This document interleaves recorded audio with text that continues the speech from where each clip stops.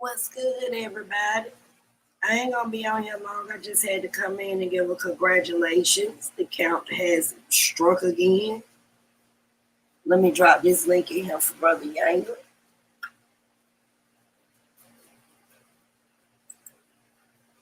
Camp has struck again.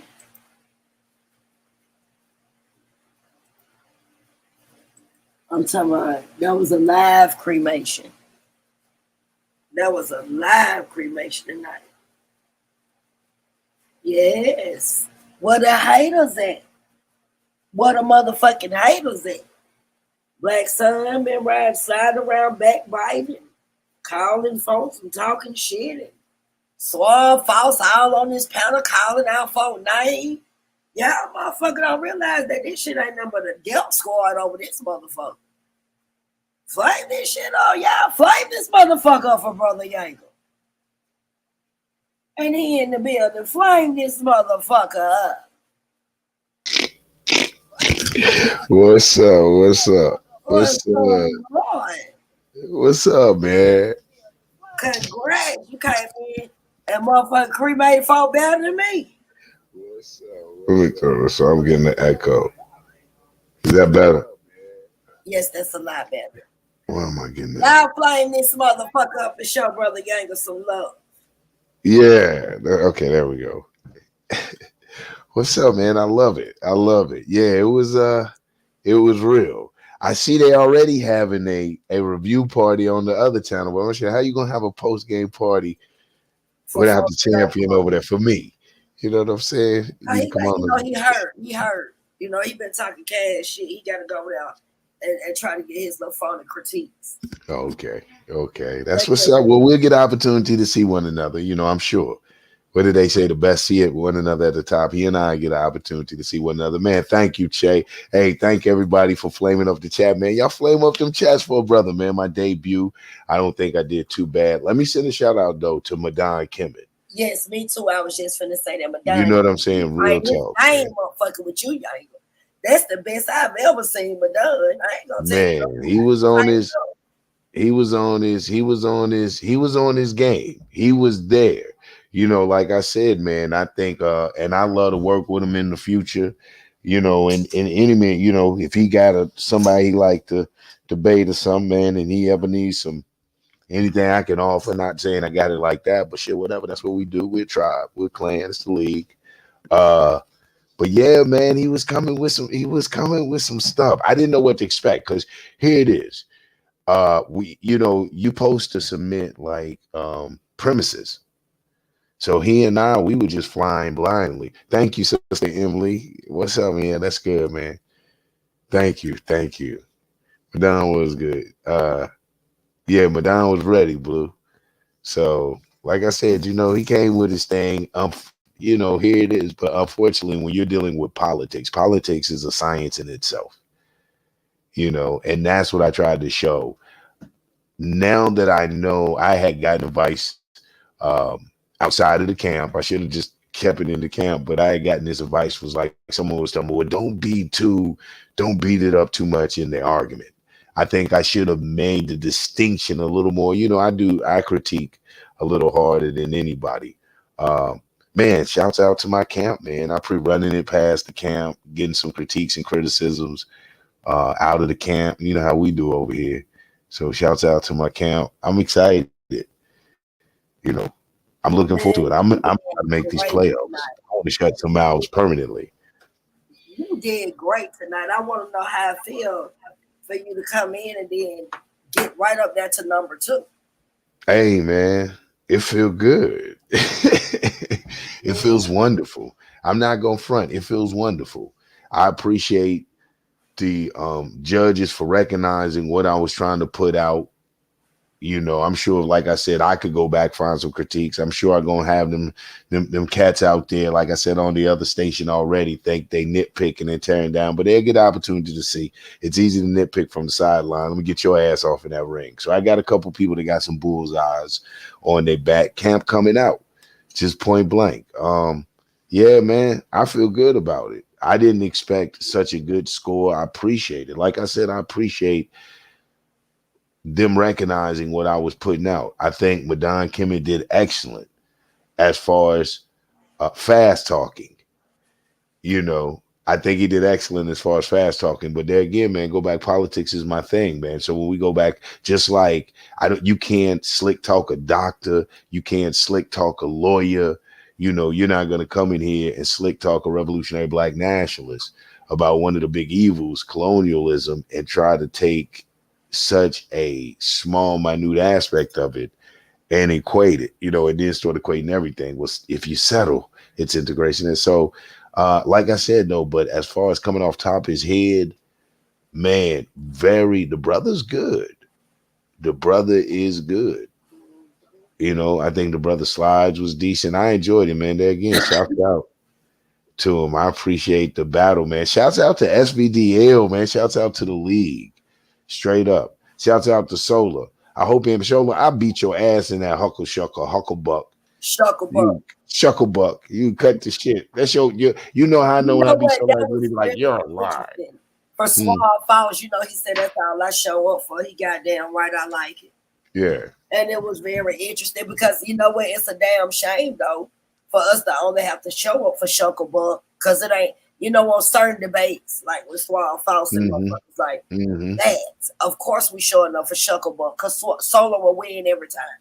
Yeah. So we showing up for Shucklebuck. But when you got interesting Shucklebucks where it's challenging, that's what makes it a great debate. Shucklebuck and Rapid Fire are supposed to be that heat, you know. Yeah, he brings the heat. Yes, he does. Solar brings that damn heat.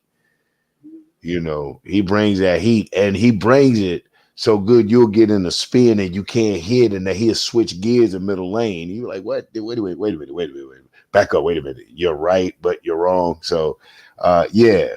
So it was interesting, man. The whole thing, my first debate.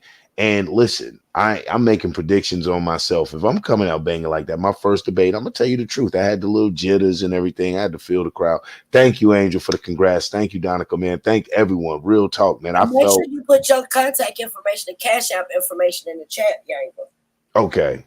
Real talk, man. I want to thank everybody that really just like sending out that energy even before I got in there, that believed in my ability to do it, because this is my first debate, period. So yeah, that's what's up, man. There again, man, I want to thank my Kamp for bringing me out. I appreciate you, Nandi, for giving me the platform, introducing me to it. Well, you're more than welcome. I'm glad you came to shout out. But see, when you people capabilities, it ain't even so much as introducing somebody. It's about letting them have letting them have the stage sometime to put out their information. So it wasn't an introduction. You've been doing this a very long time. We just shared the stage together again in order for you to get out your information. So that's how I look at it. We've been doing this. So it ain't no introduction for neither one of us. Yeah. That's how I look at it. We've been a team. Teams don't introduce individuals. We introduced ourselves as a team. Right on. And I think makes us more deadly, you know. So we came out, so we did it. What was you thinking? Yeah, I just information was on point. Like you separated, you showed the difference between integration and colonization. You know what I'm saying? I don't know how he thought oppression or forced situations when it came to sexual activity and shit like that. That's not integration. We put that as rape or violation, oppressive situations. You wouldn't use those type of things as integration. Yeah. You know, they wasn't integrating with us, they was using us. And when it was done, they threw us back out. That wasn't integration. I mean, it was so emotional. It was so all over the place. It was hard I do agree. My rebuttal could have been a little bit more focused. I had some other things going on. And I relied too much on his argument. I am going to be so honest, not making excuses. I relied on a little more solid argument to develop a rebuttal. I said, okay, well, I'm not going to go. I'll just wait and build my rebuttal as I go. Also, I relied on him to have a solid argument as to go into what integration was. I took a chance not having his premise that he would explain integration, that he would go deeper into the explanation of integration. I said, okay, well, if he does that, I'm thinking, well, if he does that, then if I show them what colonization really is, I wouldn't have to do the comparative. I said, okay, because I, was told be careful of debating the whole thing in my argument. So I thought he was going to do a little better job at explaining integration instead of this hodgepodge, half-ass, no disrespect, but this really flimsy explanation. And I think that's why even Suave over there critiquing my stuff. I'll say his name because I'm coming for y'all over there. I love, you know me. I got this nigga in my ear right now, and everybody over there telling this nigga he don't know what he talking about. So you know what I'm saying? And one of the things is because now with the camp coming out, enjoy your motherfucking victory tonight. Fuck with fat. Oh man, listen, let them do they. This is, to me, that's part of the victory, man. If I ain't got other camps whispering my name, if I don't become a boogeyman, a ghost tail around your campfire, I ain't did my job. I need you looking over your shoulders, checking under your bed, peeping in your closet, keeping the nightlight on. I'm that nigga. So, but like I said, really what the fear is, I think that and like I said, thanks, Madan Komet, but flimsy shit has been being masqueraded as scholarship. Not saying I'm a scholar, but just some flimsy shit has been passed. We passed scholarship. That with Laura Albert. We ain't no scholars. Right. See what I'm saying? No motherfucking teachers. We on some. And a lot of people not gonna like what I say, but we are past some Dr. Benz and shit. Dr. Ben and all of them, they played their role. Marcus Garvey for that time. I think that's the problem that I have, like, with religious books and historical information. History seems to have stopped in 1965 for them. Right, we act like it. Thank you, Just Me. I appreciate it, little sis. Thanks, my little cap, man. Appreciate the congrats. We act like it, don't we? Yeah, history seems, motherfucker, ain't nobody add no more books of life. They was the only time I seen them want to even think about changing in the scriptures was when they was going to add some shit Martin Luther King said in the Bible, which we already know if that's, I can't wait till I do my debate. But if that was the word of God, how the fuck they was going to add Martin shit in there and twist some shit? So I'm just trying to figure out why nobody's historically recorded this shit that is going on with our modern day movers and shakers. You know what I'm saying? Niggas fuck in the 50s and 60s. We Garvey Ice and all of that. We fuck with all of that, but goddamn, can we get takes books or historical information on us? Well, I think one of the things is it takes a special type. It takes people like me, people like you, people in the chat, the people that rock with us, to think what they call think outside the box, to create new thought, original thought. And what you have is a lot of Black people just regurgitating and going over old thought, trying to present it in a new package. I think what I appreciate the judges. I think what they saw here tonight too was something presented different. I don't know if they had ever been introduced. I was hoping, I take this as opportunities to teach and introduce people. So I don't know if I took this as an opportunity to introduce them to the basics of material dialectics and category material dialectics, to some writings of Dr. Muhammad Ahmad, to introduce them to Hegel and Karl Marx. That's my whole job. I want to, not just am I debating this cat, man, I'm about to introduce you to a whole nother universe to evaluate yourself and your position in the universe, nationally, internationally, and universally. I want to introduce you to new tools. We sit here trying to use these same old fucking Stone Age tools, and we're in modernity, and we wonder why. And there again, say that shit again. We try to do what, and we in what? Say it again. Use these Stone Age tools in modernity. You know what I'm saying? Like, there again, I appreciate my man for giving me the debate, but I got to critique some shit.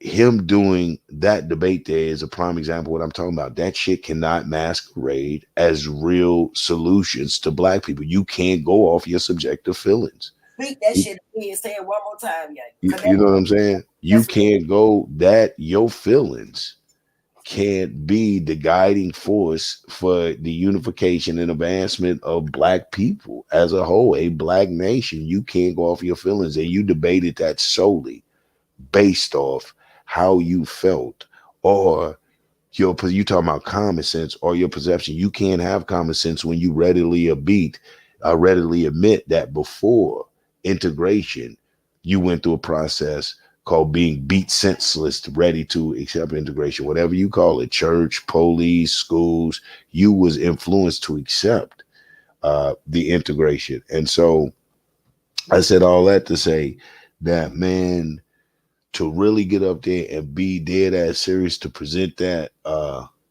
that's what you basing your theory on, your feelings. I didn't know how to take that. I didn't know if it was really supposed to be comical or we really debating some shit. I gotta let you in on something. Uh-huh. And I would let the chat in because I love my people. In 2 weeks, we really about to release the house. I'm bringing in Brother Work to the debate league. Oh, yeah. Yeah.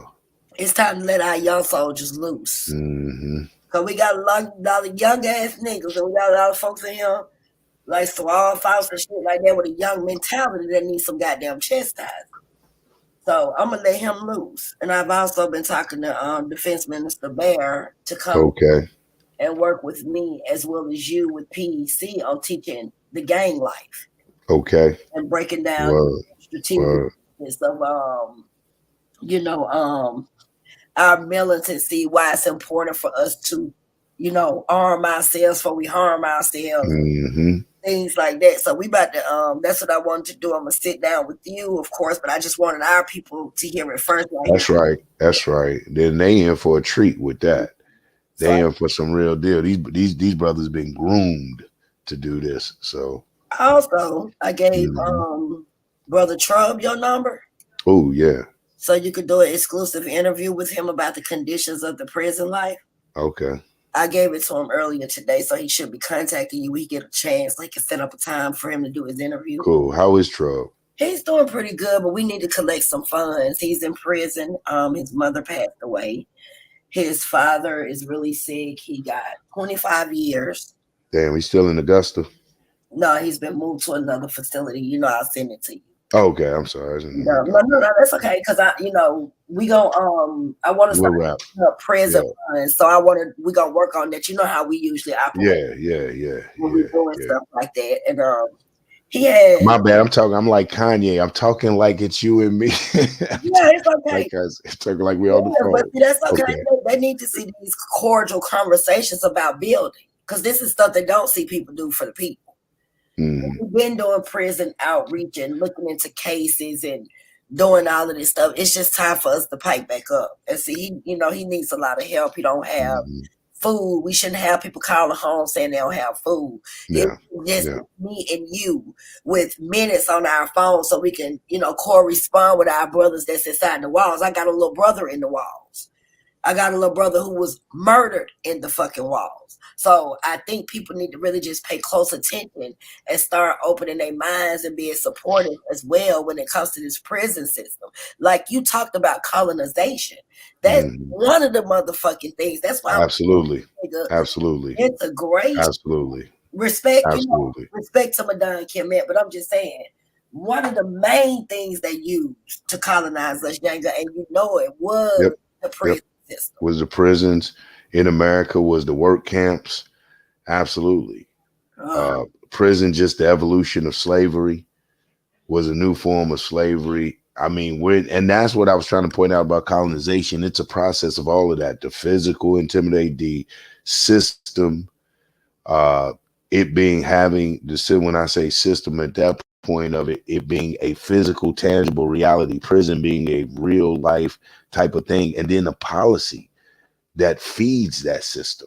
That's the politics of colonization. Integration is just one of those many things that is either weaponized or a result of colonization. You find integration really being cried for at the hands of the oppressed or the colonized people, never the state, never the representatives of oppression. They fighting against intermingling, because he keeps saying the mixing, this very generic definition, but not mixing on the standards of equality, complete and total equality and inclusion and participation and reciprocation. That's And I what he. want to ask us something. I don't mean to Yeah, cut you off. talk to me Solar asked you that question about he was asking you something. Hold on, it was just at the top of my head. about that, Colin, What about the you said, land and stuff. 1800, yeah. And see, I'm glad that was brought up because when I did my civil rights debate and I was able to look, the civil rights laws or so-called things that were supposed to be passed for us, it was overturned immediately after the documents were supposedly signed, and some of them were Hmm. never signed. So this is what led up to the 1954 fight. Because see, when we're looking at the 1800s, a lot of people keep talking about that, but even when we went to 1954 with the Board of Education shit, they still Hmm. wanted to be separate but equal, and a lot of people keep ignoring that shit. From the beginning, we've always wanted to be separate but equal, separate but equal. And separate but equal, it stood in place until 1965. That was the Hmm. purpose. They wanted to integrate toilets. They wanted to integrate restaurants. They wanted to Well, integrate busing systems yeah. because we couldn't, although we were equal, I'm saying these white people and the Michael Kings, although we was equal, like Rosa Parks was able to ride the bus, and so was the white man. But we were Hmm. still segregated because she had to sit in the back of the fucking bus. And the white man sit in the front of the bus, so they had to sit on the left and we had to sit on the right. And these were laws that was in place on the books acknowledging segregation. So you are absolutely right when you break down when integration actually went into effect for black people. Yeah, and I would have pointed out to him. See, one of the things I wanted to try to avoid because I know how we are as black people, and especially if we're not taught to think outside that box, which is largely a colonialist, neo-colonialist box. We don't see it in international context. So what I would have told Sola, but the Shucklebuck is going so fast that the reason it wasn't colonialism, because by the very definition of colonialism, it is the extension of a foreign state power. Negroes were integration is the inclusion. It wasn't, even if they were going begging for some land during for civics, they wanted to be included Mm-hmm. into an already established government. Colonialism is one state power, one government, one entity expanding its powers. The Negro and integration is not an expansion of a state or a nation power. It is the process, it is the effects of dissolution Negroes who are looking for a solution within an already existing state power. That's why I would have told him it's not colonialism. By definition, it is not the extension of a foreign land or the extension of power. We're not taking resources and sending it back to Africa. Africa didn't send us here to start setting up little colonies to push and promote in African culture and this and that. That's what we have to understand about it. Uh, Colonialization. Colonialization imposed, enforced assimilation. You know what I'm saying? And so once we got assimilated, once we were already colonized, once we were already thinking like them, then we said, well, why we don't get the same rights to white people? Because we was thinking like the motherfuckers already. So then we pushing for political fucking integration. You have forced assimilation, and that still ain't colonialism. That's just an aspect to make their job easier so they could talk to your dumb ass to tell you what to do, how to do it, and train you how to do it so they could take a nap and know that you wouldn't slit their damn throats in their sleep. But all of that was through schools and processes. I'm sorry, go ahead. You good. You good. Let me tell you something. I just wanted to say this. See, that's why, Mm-hmm. like with the Shucklebuck and Rapid Fire, a lot of people like Swallow that say, oh, that's how London you want to go. But see, let me tell you why I love Shucklebuck and Rapid Fire. Mm-hmm. They both tightens up your game on questioning and answering. The questions that Solar will ask your ass, that really shows if you know how to stand on your 10 when it comes to your information. Instead of them understanding that the challenge is necessary, like he's a commissioner. So for him to ask them type of questions, he got to build his debate team, his leaders. He got to get the people that's on the lead, that's in the debate lead to build up their information. So when he asks them deep ass questions, to me, that's a good thing, and it shows really you know, those that really study and, you know, able to present their information and also not break under pressure. How can we be good teachers, or if you want to say, you know, professors, whatever you want to call yourself, leaders and shit, if we gonna break under pressure of questioning? This is the main thing that they do when we dealing with the police and system and all kind of shit. That's why I like Solar. He like a deadly ass motherfucking officer. Let me say, hey, go ahead. Let me send that. Hey, peace, J Cal, man. We did it, man. I don't know if you seen them scores, man. I gotta shout J Cal, man, because back when I be rocking with 2 viewers, J Cal pop up and shoot a fist in, ride out with a brother. Yes. Yeah, man. You see how we rolled up on the spot, man. So we did our thing, brother. I appreciate the congrats, J Cal. Real talk. Hey, just me. What's good, sister? Hey, sis. Hey, I just came to congratulate Yanga. Thank you. Thank you. Hey, man. Thank you. Thank you. I appreciate it. I appreciate it. I really do, man. I appreciate the love, man. I appreciate the love out of the chat and shit, man. It was good. I appreciate that. Again, I can't shout out Don Command enough, man, for really stepping up, man. And you know, you only get good scores like that when you have a good competitor. You know what I'm saying? When you got somebody that's challenging you and pushing you, you get good scores like that. And I hope his scores were so good. People were saying, damn, that's the best we saw him ever do. I hope that I brought that beast out of him. That's what you do. Real supposed to bring the real out. Yeah, people want to come see a fight. It's called Madonna ain't mask himself like Batman since we met. We called the time and everything tonight. I said, what the fuck? He better come with it. I appreciate it. I appreciate him taking his own game. Y'all flame this motherfucker up. Give a big man. Definitely flame it up, man. Flame it up for SVDL, man. Solar Vision Debate League, baddest league out there, man. The game finna be so tight. That's why these cats running from it. Y'all flame this motherfucker up. Appreciate it, Kofi. Yeah, man. I did my thing, baby. They did. They showed out for SVDL. Hey, man. Hands out now. Shouts out to my camp, man. Shouts out to my camp, man. Shouts out to Queen Nandi. Shouts out to my camp, 3GP over here. We do the thing. UKT, Unknown Tribe. You know how we do PEC. All us that make it happen. Yeah, man. I'm excited, man. I appreciate all the congrats. I'm loving it. I feel like y'all carrying me on the shoulders. Y'all gonna let me be y'all champion? Y'all really gonna do that, man? All right, man. Send me out here. I'll jump. Shit, I'm gonna be on my confident gas. You knock suave ass. Look, the goblins is coming. Hey, if I know it, they better know it. I couldn't even get no coffee during the debate. I was gonna be spending everywhere. Why you say that? Oh, I was on the floor laughing. All them guys. Nigga, you said no. Wait a minute, hold on, because we did a show today. Okay, we ain't talking about nut, y'all. Nukes.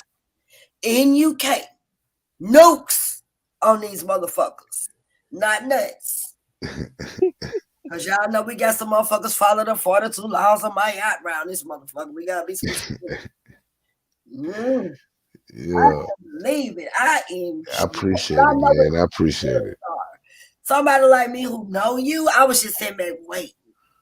Count down the minutes, the seconds, all day. Like, goddamn, it ain't 9 o'clock yet. See some shit tonight. Hey, man, I appreciate it, man. I'm alive and everything early. I didn't even want to go into missing 9 o'clock.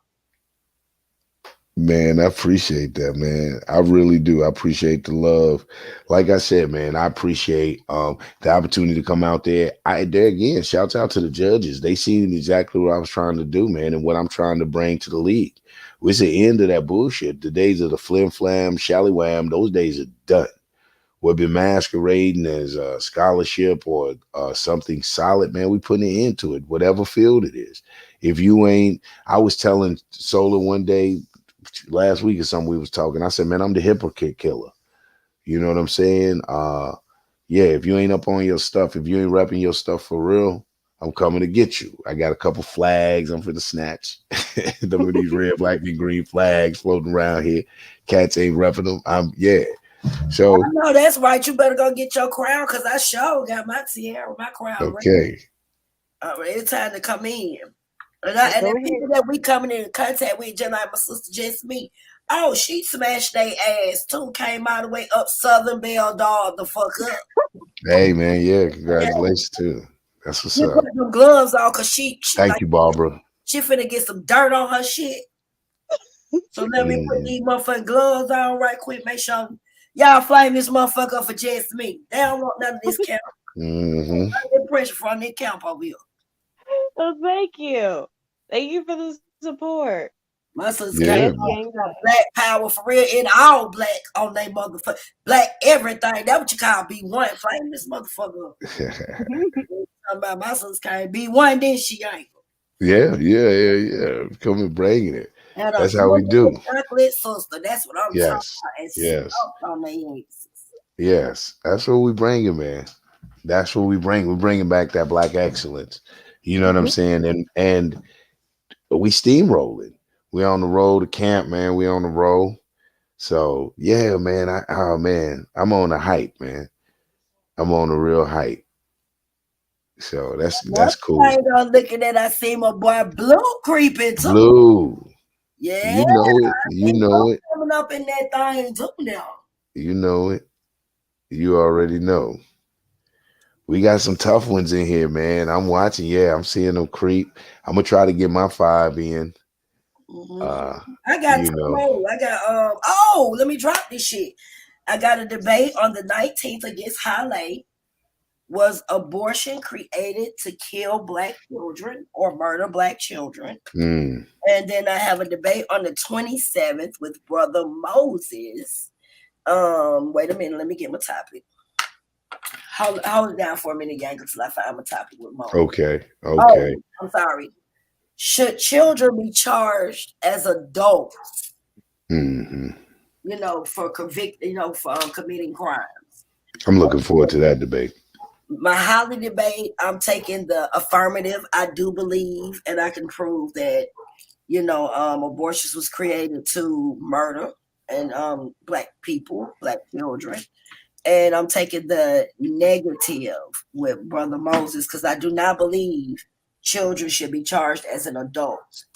There's other ways to deal with children when they're dealing with, certain crimes and shit. And I'm gonna leave it there. Hmm. Because you done told me about talking so much about my debates. Yeah. You know, I got a debate coming out. My man Black Sun called me out on the debate. pussy Hmm. nigga. Wait, Yeah. We're debating. We're you ain't gotta debating. say y'all saying pussy ass nigga. Okay, go ahead. We're debating capitalism or black nationalism. Which one is? I mean, damn. I'm sorry, y'all. It's getting late. Capitalism or African socialism? Which one is better for black people? Yeah, that's going to be interesting.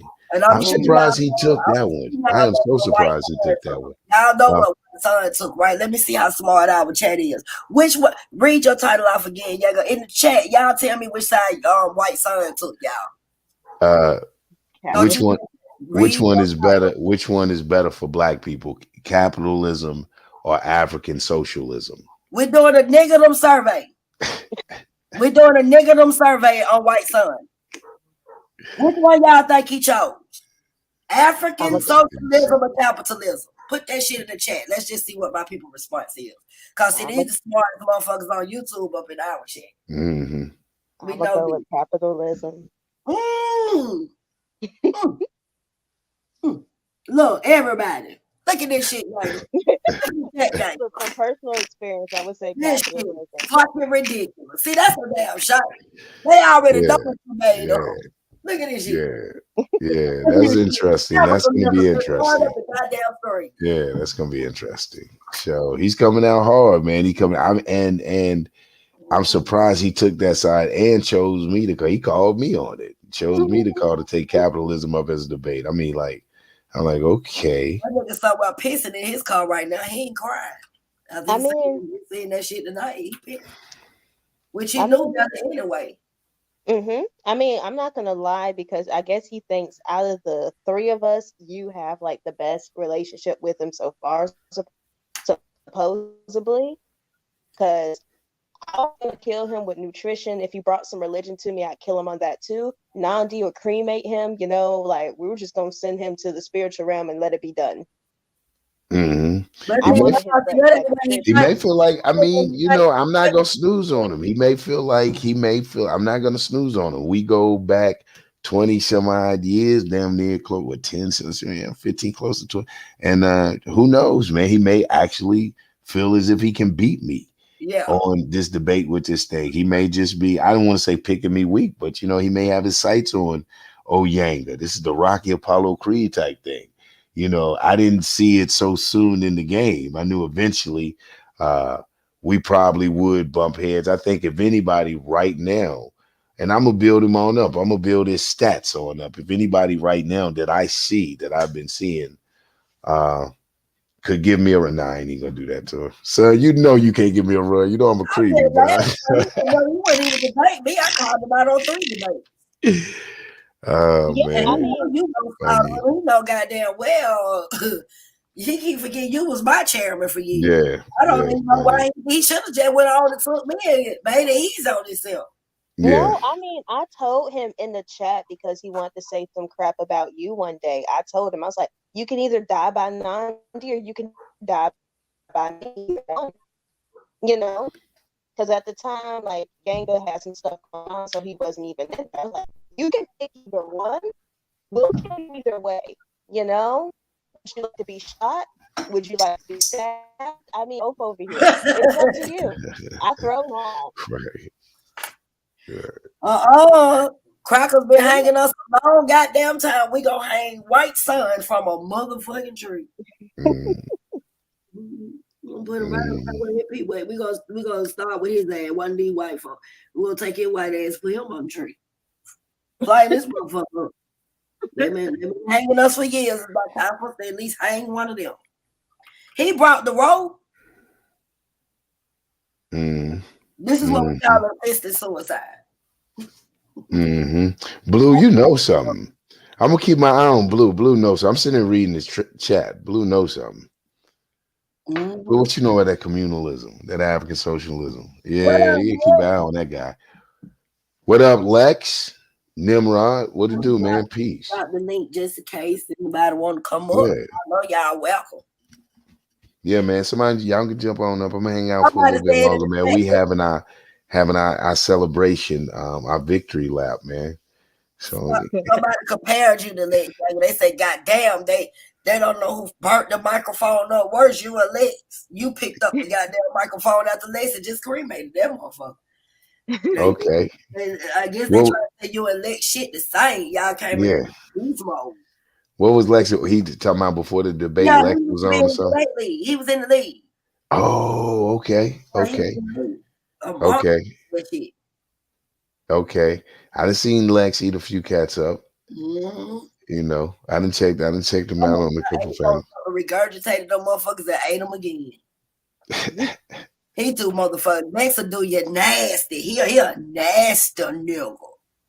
That nigga goddamn eat your ass up, goddamn come back, throw your Yeah, ass up and eat your yeah. again. Ain't nothing wrong with his stomach. Flame these Okay. motherfuckers. Y'all know Lexi goddamn chop a nigga ass up. Well, that shit, he ain't even trying to go to the incinerator. Your ass is on the grill and Your ass on the grill. yeah, he want your fans burnt. Slow cook your motherfucking ass. Hey. Now I have to go. I have to prepare for my debate on the 14th with Rio. So yeah, that's gonna be fun. What's your debate again? Good job, Yanga. Thank you. Capoeira versus Brazilian Jiu-Jitsu. Which one's better, basically? Okay, that's interesting. Which one are you taking? Capoeira, of course. Of course. Good job. Good for you. I was holding my breath. Good for you. Good for you. Good for you. Good for you. Yep. Yep. Yep. Lex, come on, get back in the league, man. Right. That'd be come on, get back into the league. Show me how seduction works. You trying to seduce me over there, you gotta get back in the league, man. You gotta show me how that thing works. I see what Blue doing. I see Blue representing. I see Nyame representing the dark side. You gotta show if you the Seath Lord, You know what I'm saying? You got to show me how that thing works. Come on back to the league. Let me Ooh. see. You know what I'm saying? You got to make a believer out of me, bro. I'm riding my high. This is my day. I scored high as hell, man. Shit. Y'all got to tell me why I ain't the shit Damn, today. Lex, are you Lord? Somebody got to tell me. I'm feeling good, man. I'm feeling real good about the possibilities. First one, you know what they say? It only gets greater later, baby. I only get better. I hone these skills and talents and start getting used to the pace, the taste of it, the feel of it, the vibration and the energy. Shit, it only gets greater later. Yeah, man, come back to the league, man. Show me how that thing's done. And if you and I are both on that shit, we'll meet at the top and then we'll discuss what happens. Maybe we'll put a wage on it. If I beat you, you come with me. If you beat me, I come with you. Maybe we'll do something like that. But first you gotta come back and we both gotta work our way up to where we meeting at that top level. But I respect, man. I respect that fire he brings. I've seen him on some panels. You know what I'm saying? I respect that fire. I ain't sleeping on Nimrod, the master builder. I ain't sleeping on him. Him and these damn names. Hey, man. Shit, I'm gonna give me one. Playing. Telling you. Nah, man, this is what's up, man. This is what's up. Yeah. What crew is Madan Kemet with? You know what? I don't know. Good question. I know he got them on Islam shit though. Yeah. I was Yeah. about to say He's a that too. Muslim. I know that he's a Muslim or he's on the He's something. I can tell Hebrew, that yeah. you can tell. I can tell by his argument. Like I said, his argument was very passion felt, very but it was emotional. It wasn't really sustained. Yahweh war machine. Yeah, okay. It really wasn't. He got a tank. Okay. It really wasn't substantiated in anything. You know, it wasn't anchored to anything. When you go back and think and you look at his debate, I'm gonna go back and look at it again. It was only anchored to conjecture, feelings. It was very subjective, and he was appealing to common sense, and it's that type of thing that has the little old lady in church every Sunday putting her rent money in the damn collection plate. Despite common sense, despite every natural, tangible, material occurrence around her, she still would do some off the wall spooky shit based on feelings. And these feelings, like he readily admits, have been introduced to you via institutions, even if they don't work in your best damn interest. So I was like, how you argue that without getting all philosophical? How do you argue that without getting too deep? The whole thing, how we get out, Nandi. Our whole thing is to teach and to keep it relative and try to not get all deep and hit them and strike and go. So the only way, one of the ways I thought would be effective was to introduce them to objective sciences via dialectic materialism, historical materialism as time goes on, and the categories of that, and breaking down the categories. And if we use these sciences and remain objective. This goes into a little bit of your question, Nimrod, about African socialism. It's taking these sciences that were stolen from us, that were, like Out of the Blue said, Jan Hoover said, it was primitive communalism. These white boys took these sciences from Africa, adapted them to themselves because they was in Europe, and then spread it with the world, where African socialism factors in the uniqueness of our Africanness, our melon, our condition based on the world's perception of us as a people, how they think they're going to treat us. Because socialism and communalism is multicultural. It's non-ethic. It's supposed to be non-biased, no race involved, and all of this type of stuff. Just the perfect egalitarian system that is all about equality, which is bullshit, because interwoven in the very fabric of America are race issues. They're fucking race issues interwoven. So white people have an inherent privilege, if not a superiority complex, a very privileged, entitled complex. So you can't get that out of them. You remember when you had to chew one of them up, and then you went to the communists, and for all that good shit they were saying, and they was talking about the Black Panther parties and how they was down and was sounding all good right to the end, right before the sister tore their ass up, when he said, and talking all good, but Huey couldn't lead himself. I had to lead Huey. White folks for you. That's what he said. Yeah, we was going to get into a fight of working. Yeah. The same person who was marching with him. Mm-hmm. Dragged me out of there. I was finna slap that white, and Huey just didn't know what he was doing. And you know, if they had just listened a little more to and leaning towards what we were trying to teach them, you white bitch. I stood right up and let me tell you what. Ooh, Yanga, you done saved me a lot of times. I was gonna go down. Yeah, I know you didn't play about Huey. I was like, come on up out of here. Yeah.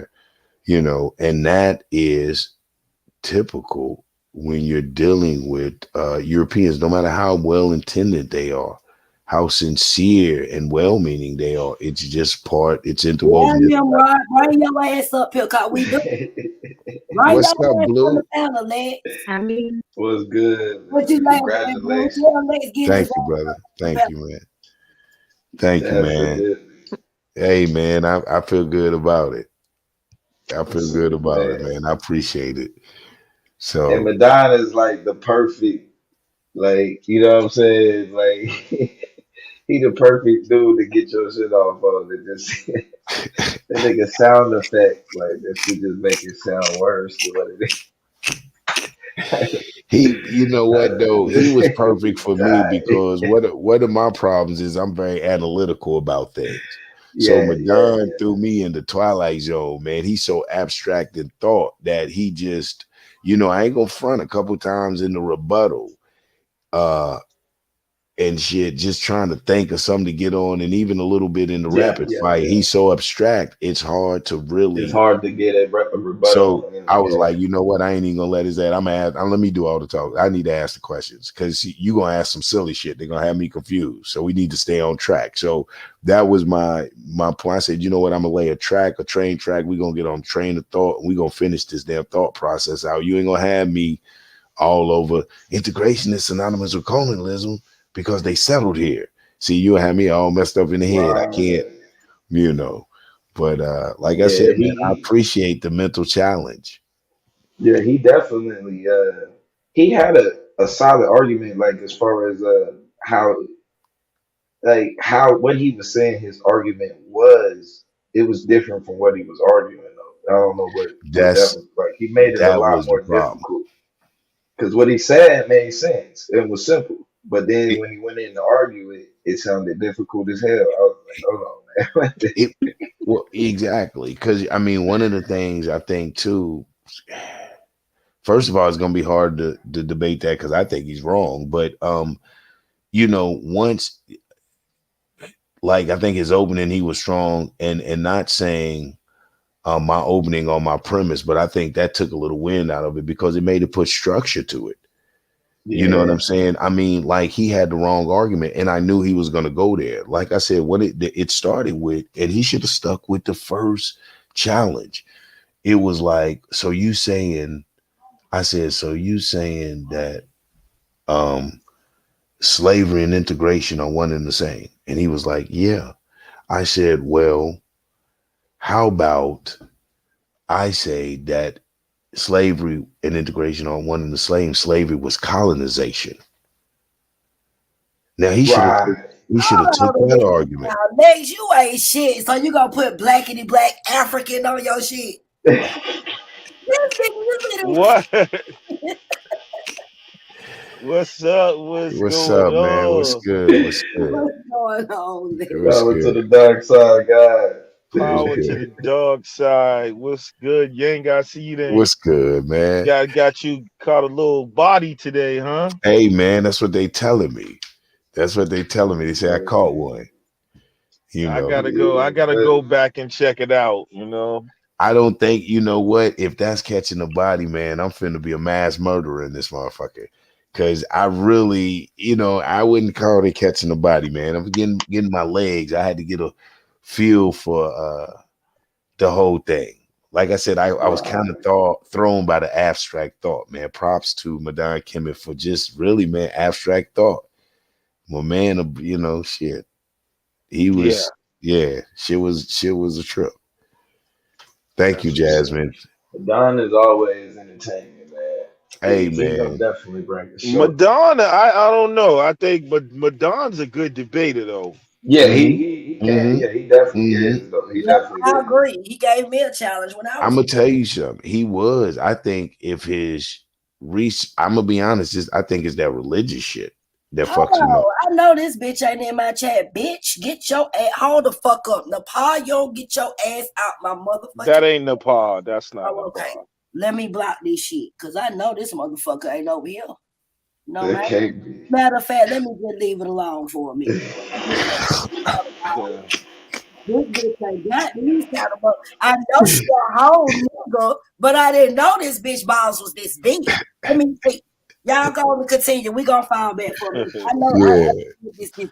No, man, I think if it's that religious stuff, man. I think that if he'd have grounded himself with some type of proof. Don't nobody block.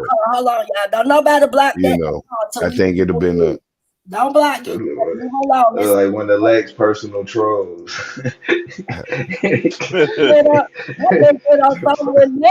since YouTube start. Let me mute my goddamn mic. Yo, I keep telling Madon would be a beast if he just came to the dark side fully and dropped that. He understands some things, but he has that wall that he hits because of that, you know, the religious shit. Every time. Yeah. He hits the wall. I watched lose a whole debate like that at the end. All he had to do was say, "I am God." Also, he just kept hitting the wall. Like, so everybody's God. Are you God? No.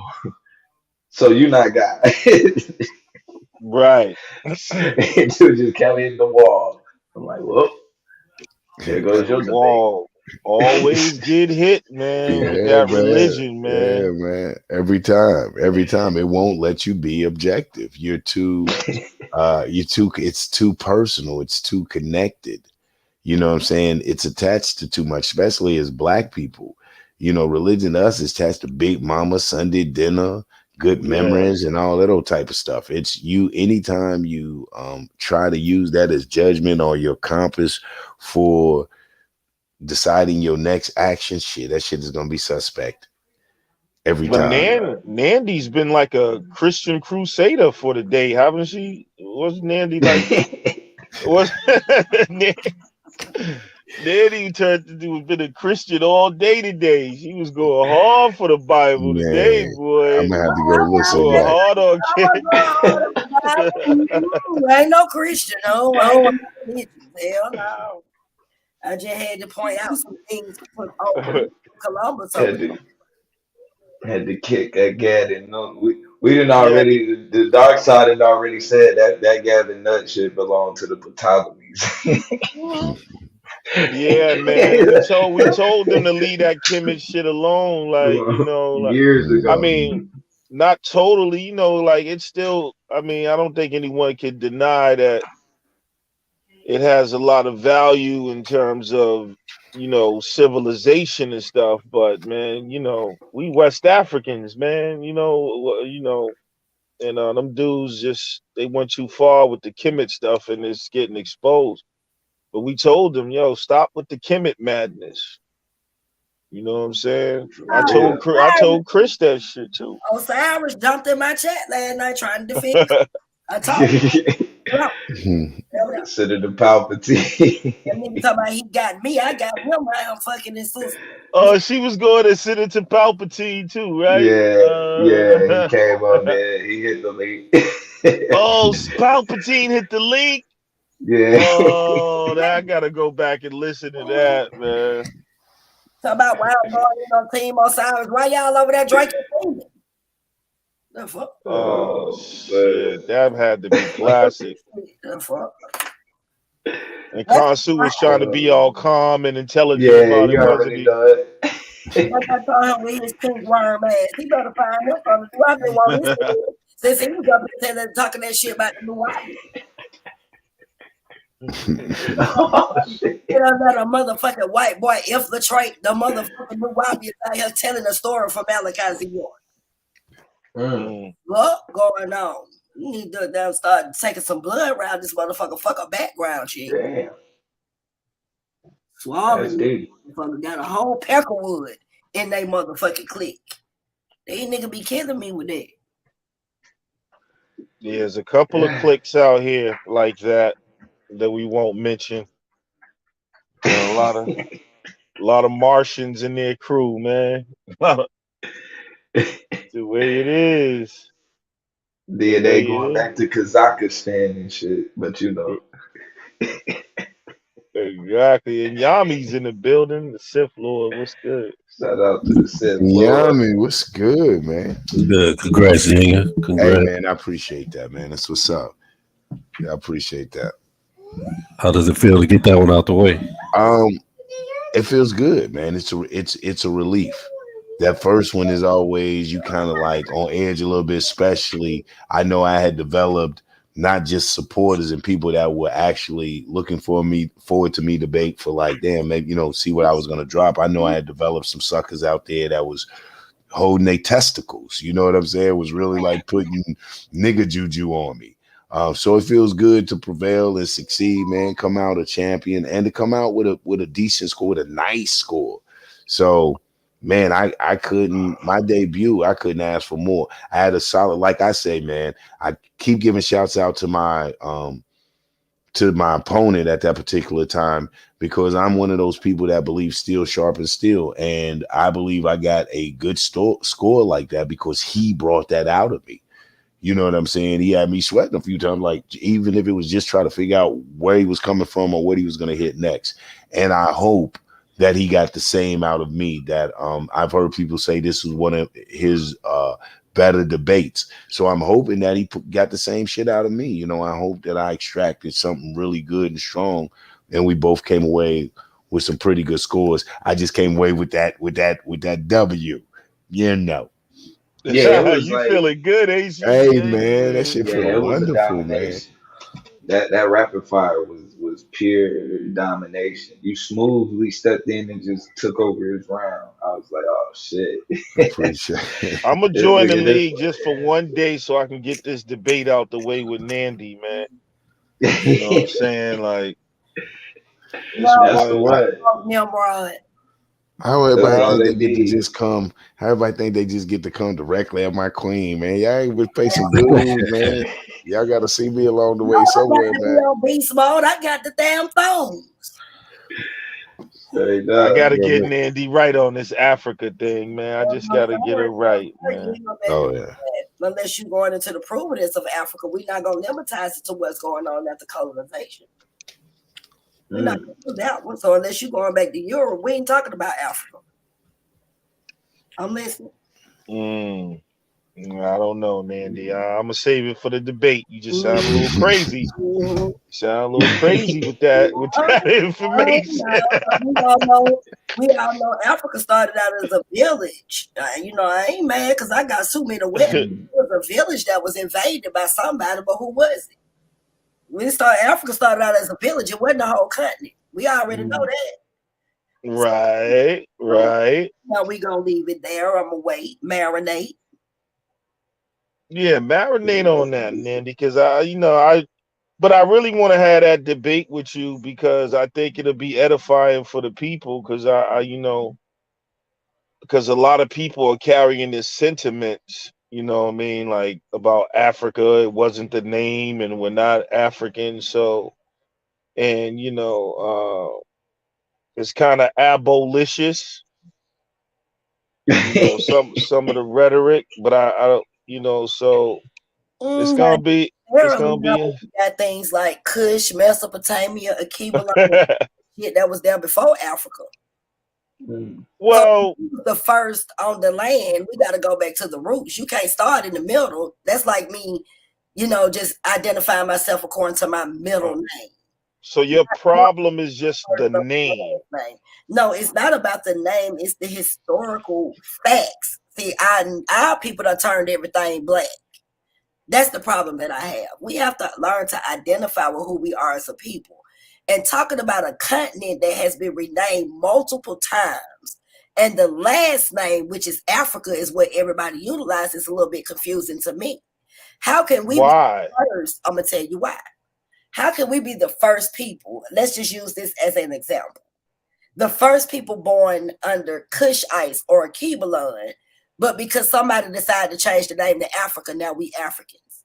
I don't care where I am or what the name is changed to.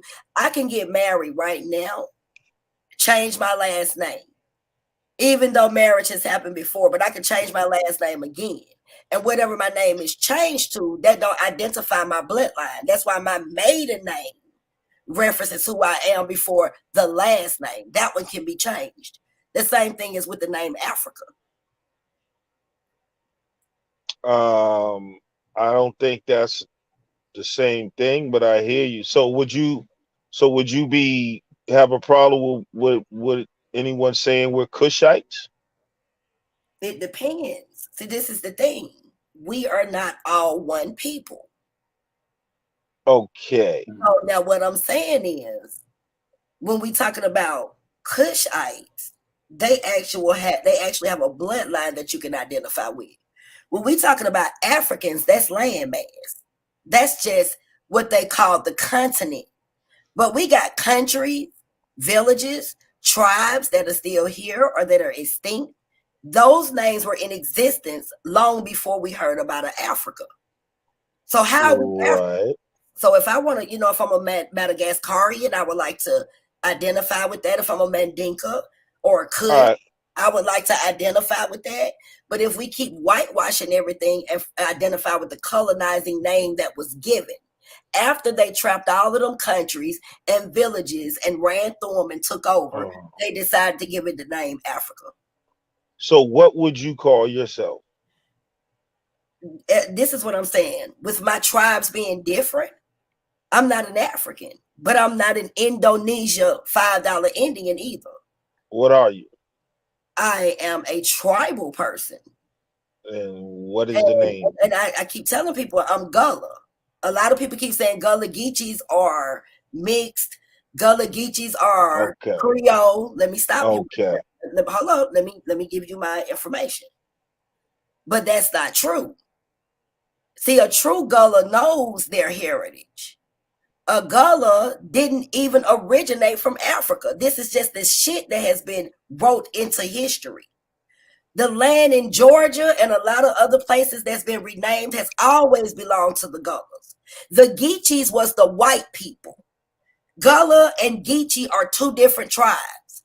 But because we integrated languages, not culture, not babies and shit with all of us, languages, to be able to communicate with each other, this is why you have Gullahs and you have Geechees. See, that's why I don't argue with people, because if you really come from those tribes, you will be able to explain that. And a lot of people put Gullah Geechee together and then they say, oh, they from Africa and those are Creole people. And they mixed up, but Creole is a fucking language. It ain't got a damn thing to do with your bloodline. It's a language, and the Creole language was created because we didn't know how to talk to white people, and they didn't know how to fucking talk to us. But a lot of people don't talk about back then, Gullahs had white people working for them. The first slave owners in America was niggas, and white people was brought over here as indigenous servants. So we got to pay attention that them Geechees worked for us. They wasn't enslaving shit. Okay.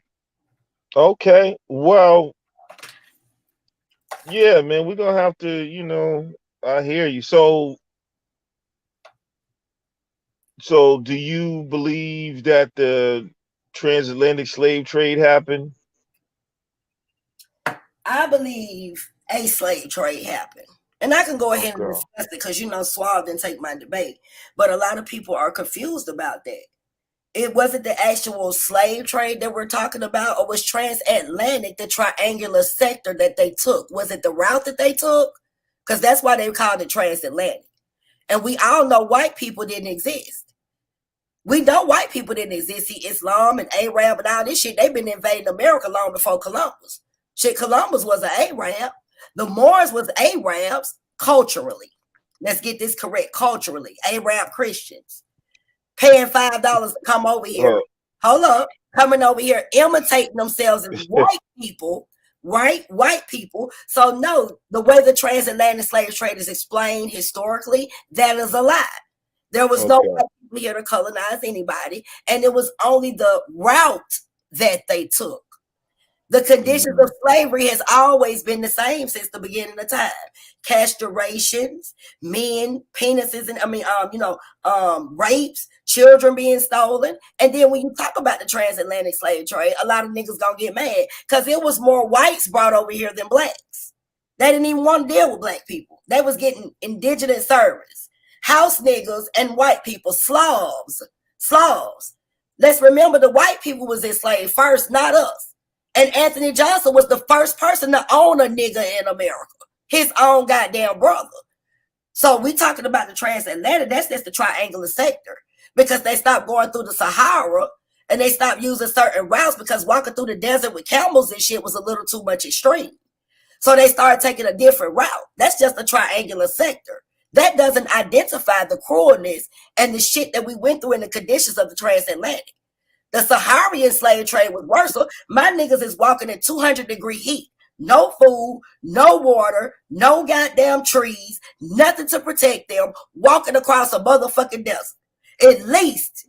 Hold on, that wasn't white people walking across the desert? I thought you said they was the first slaves. No, when we talk about we talk about the Saharian slave trade, this is when they were stealing Somalians.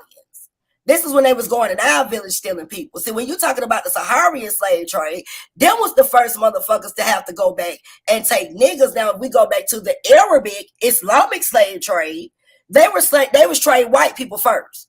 They was taking white people from Europe, selling them to the African men, the African kings and shit. If you want to go all the way back, because see, it's different levels of slavery. So the Islamic slave trade, from the very beginning, they were stealing white people because that's what they preferred, to mix their babies and shit. They eventually had to start dealing with the black slave trade. So we got 3 levels of slavery here. I think you got some things. I think you got some things out of place, Dandy, but I hear you. That's why we gotta have a debate. Open. Talk to me. Correct me if I'm wrong. I don't know everything. Yeah, I mean, you throw out a lot of things. I'm just saying, like, the transatlantic slave trade was real. Millions of people were brought from Africa. It's well documented. The East African slave trade was real. Even more millions of Africans were brought into the Middle East and all across the world. They're both real. There's 3 different groups of Moors. 2 of them are wholly African, even though their leadership was Arabian. You talk about the Moors; they're not. They're not white people. It's an Afro-Arab confederation.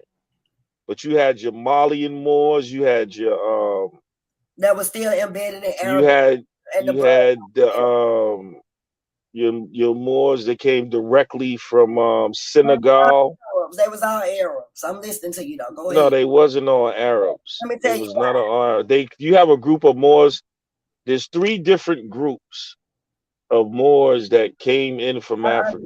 You had a group that comes straight from Senegal. They were not Arabs. They were Senegalese people. Sheikh. So I mean, you could.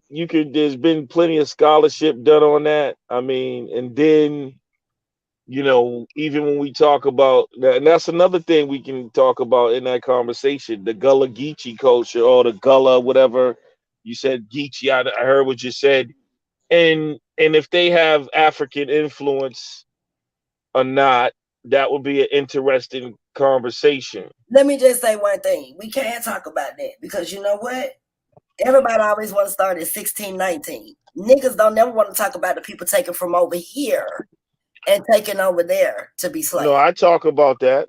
Okay, I talk about that all the time. Here, even with Columbus and all of these different individuals who so-called came here, and in every documented historical in every historical document, they always be able to identify that there were melanated people over here long before any slave trades. And when you're talking about the Senegal and all of that, what you all don't understand is these were recycled slaves.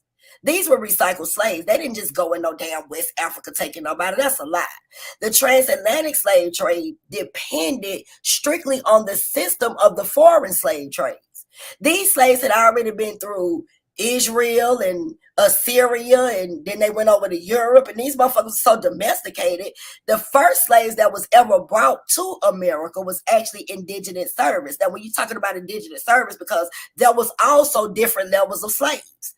You had the domesticated slaves, you had the indigenous service, and the indigenous service wasn't nothing but them house niggas or the white people that they raised in the house and brought over here to America. They brought white people over here that was indigenous service. Who brought white people over here? They were willingly brought over here through the transatlantic slave trade. The transatlantic slave trade had agreements with different individuals over here in what we consider to be the Americas with the foreign slave trade. It was a contractual agreement. The transatlantic slave trade was like a triangular sector. They was only pushing goods, sugar, wine. It was the way they circulated their shit. Their indigenous service was sent up here under contractual agreements to work inside of the house with the rest of the white people in order to hold up. They building right now. You want me to pull it up? Indentured servants. Are you talking about white people? There was some black indigenous, well, let me say tribal. There was some tribal indigenous servants too, but what I'm trying to explain to you is this. Preferably, we try to romanticize slavery. I'm not going to do that.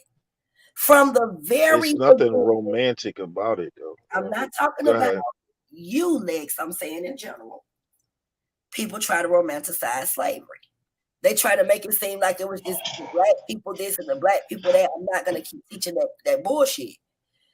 African kings, as y'all call them, were requesting white women from the beginning.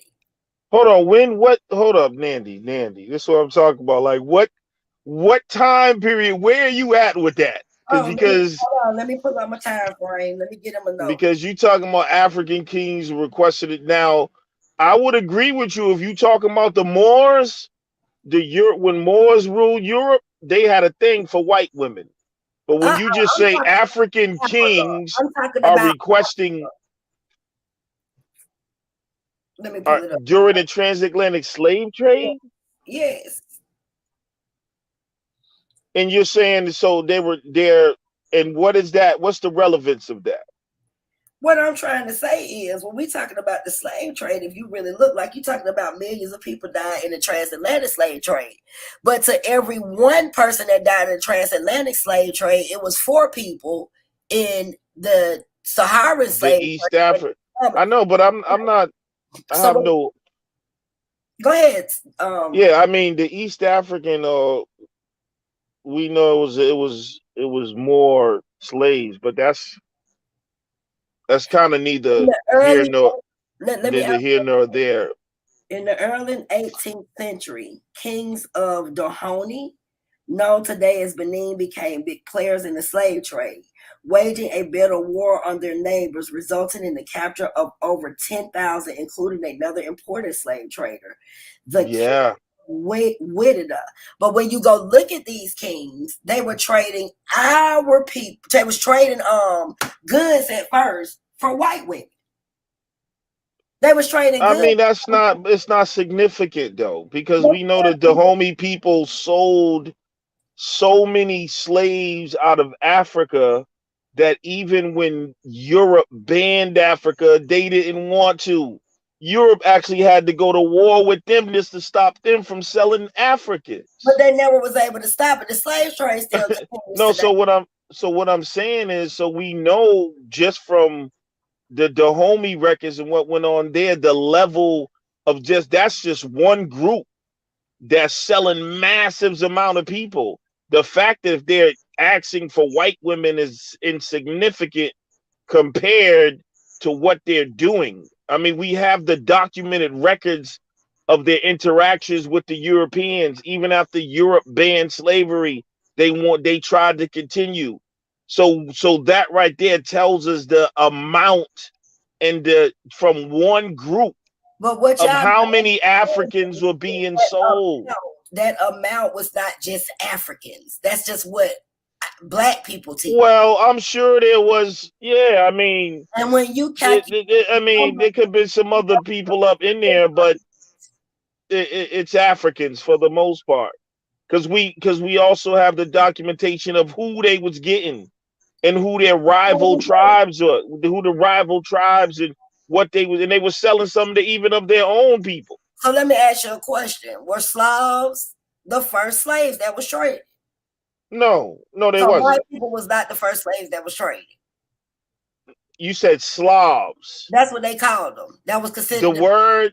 Yeah, the Slavic people were enslaved a lot, to the point where the word Slav became synonymous with slave. Oh yeah, let me show you. Yes, the word Slav. Let me pull That's how. So those Slavic peoples, yeah, they were being enslaved like hell, to the point where Slav became synonymous with slave. The word slave goes back to Slav, some will say. But those were not the first slaves in terms of what slavery is. I'm asking, are you saying But they were so huh? Are you saying Slavs could have been any slaves, black, white, foreign, Asian? No, I'm saying those are Slavic people. You talk about the Slavs, they're Slavic. And they were being enslaved so much that the word Slav became synonymous with slave. But they were not the first slaves. They were not the first slaves. I mean, there's a time period for this.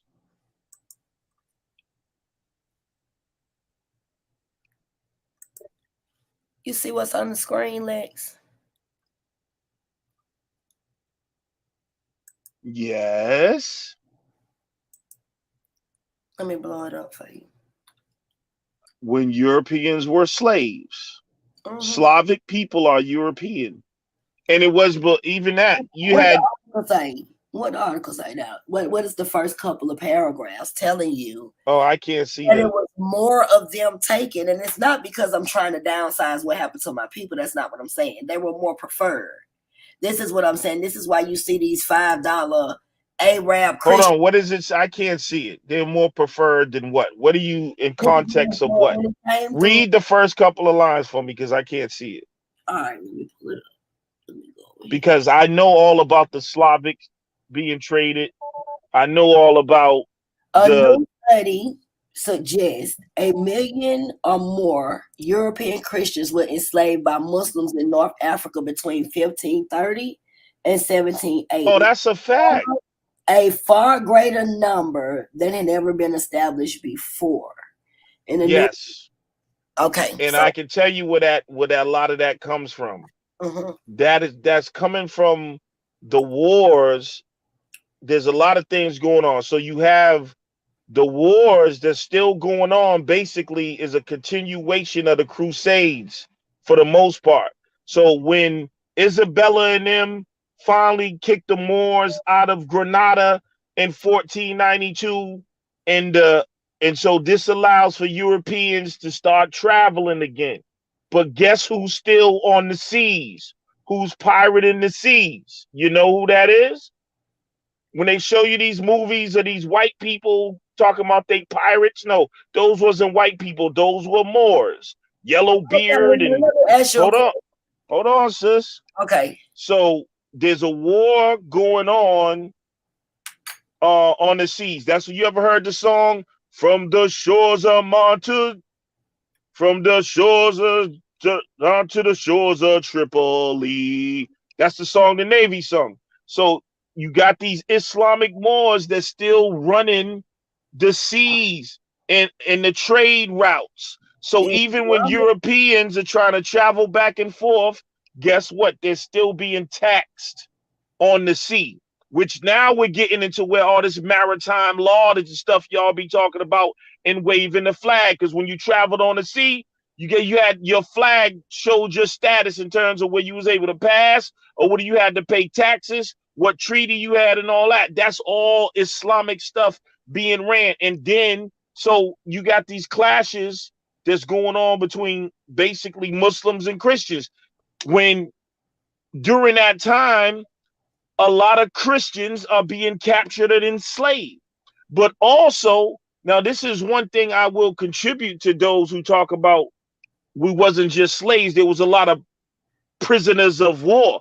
A lot of the people that are coming over here in slaves is due to that war on the sea too, not just being traded as, bought as slaves. So a lot of people don't know about the war that's going on the sea. All you got to do is look up the Barbary Wars. You'll see there's 3 wars.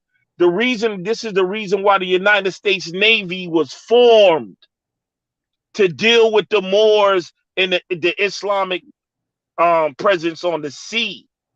And that's why they sing that song, from the halls of Montezuma to the shores of Tripoli. Now think about it. Montezuma is Mexico. Tripoli is West Africa. So you got a war being fought on 2 sides that people don't really know about. And this is after the Moors get defeated in Granada. Okay, so the European breaks loose. He's on the sea. He's coming over here now. And at the same time, what's weird is why they're going all these wars, but they're still establishing relationships and treaties, and they're trading slaves from Africa. So what I'm saying is, no matter how you look at it, there's millions of people coming from Africa through this trade. It's well documented, not only just through slave trade, but through war, being captured, just like that, what you read, those enslaved Christians. But that wasn't the difference between about all those enslaved Christians, is they was being enslaved because they was Christians, not because they was white. The slave trade takes a big turn because when the Europeans start trading with Africa, it becomes more of a race, an attachment with the color attached to, being African and black enslaved. Yes, yeah, there's a difference. There's a difference. The Muslim Christian thing is religious. What they're doing is taking advantage of a people that's vulnerable. It's absolutely true, and that's why we gotta have the debate. And with all love, Nandy, I'm gonna beat you up on this and get you right. Let me jump in here. Real quick, because I want to. I ain't pissed. I'm sorry, I'm just letting them know I ain't mad. That's right. Let me.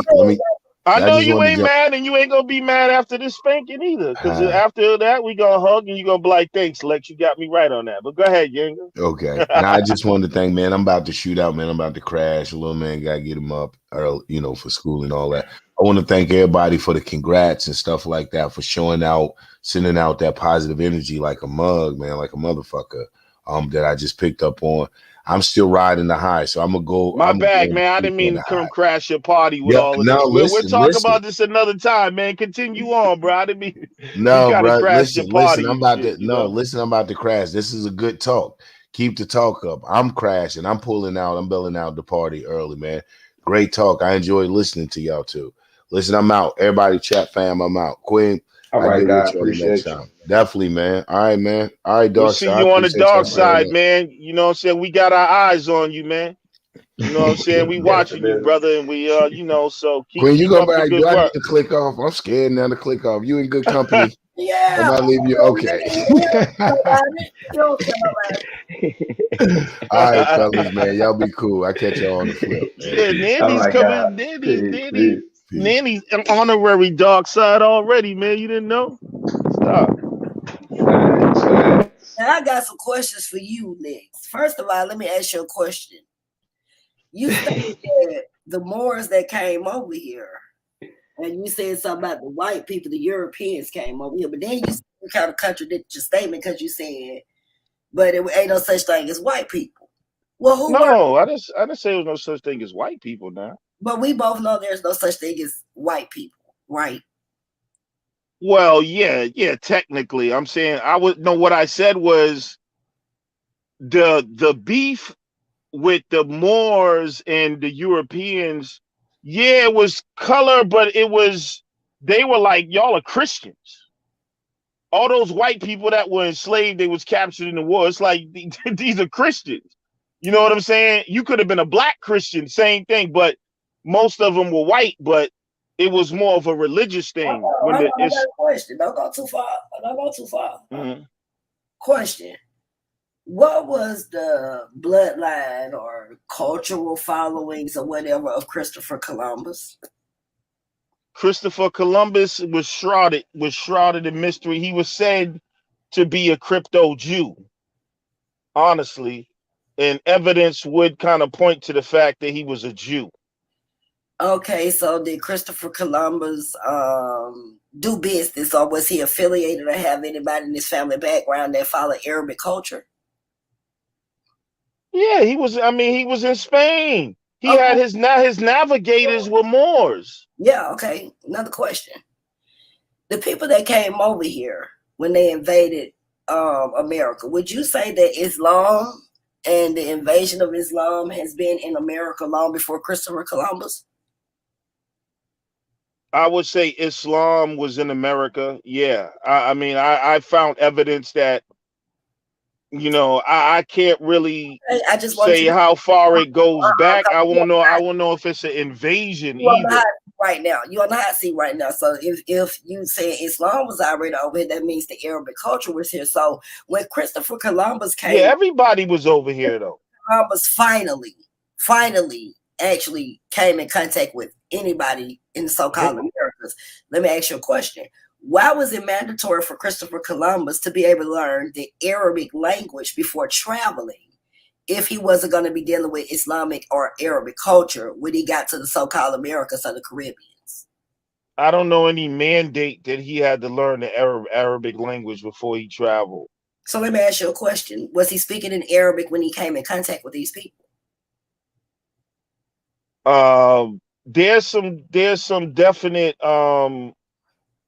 I've seen evidence that he was speaking some form of what you would call Semitic Phoenician or stop rambling. It was Phoenician basically, or what some people say was Hebrew. They say he had Hebrew interpreters that was speaking to some of the natives.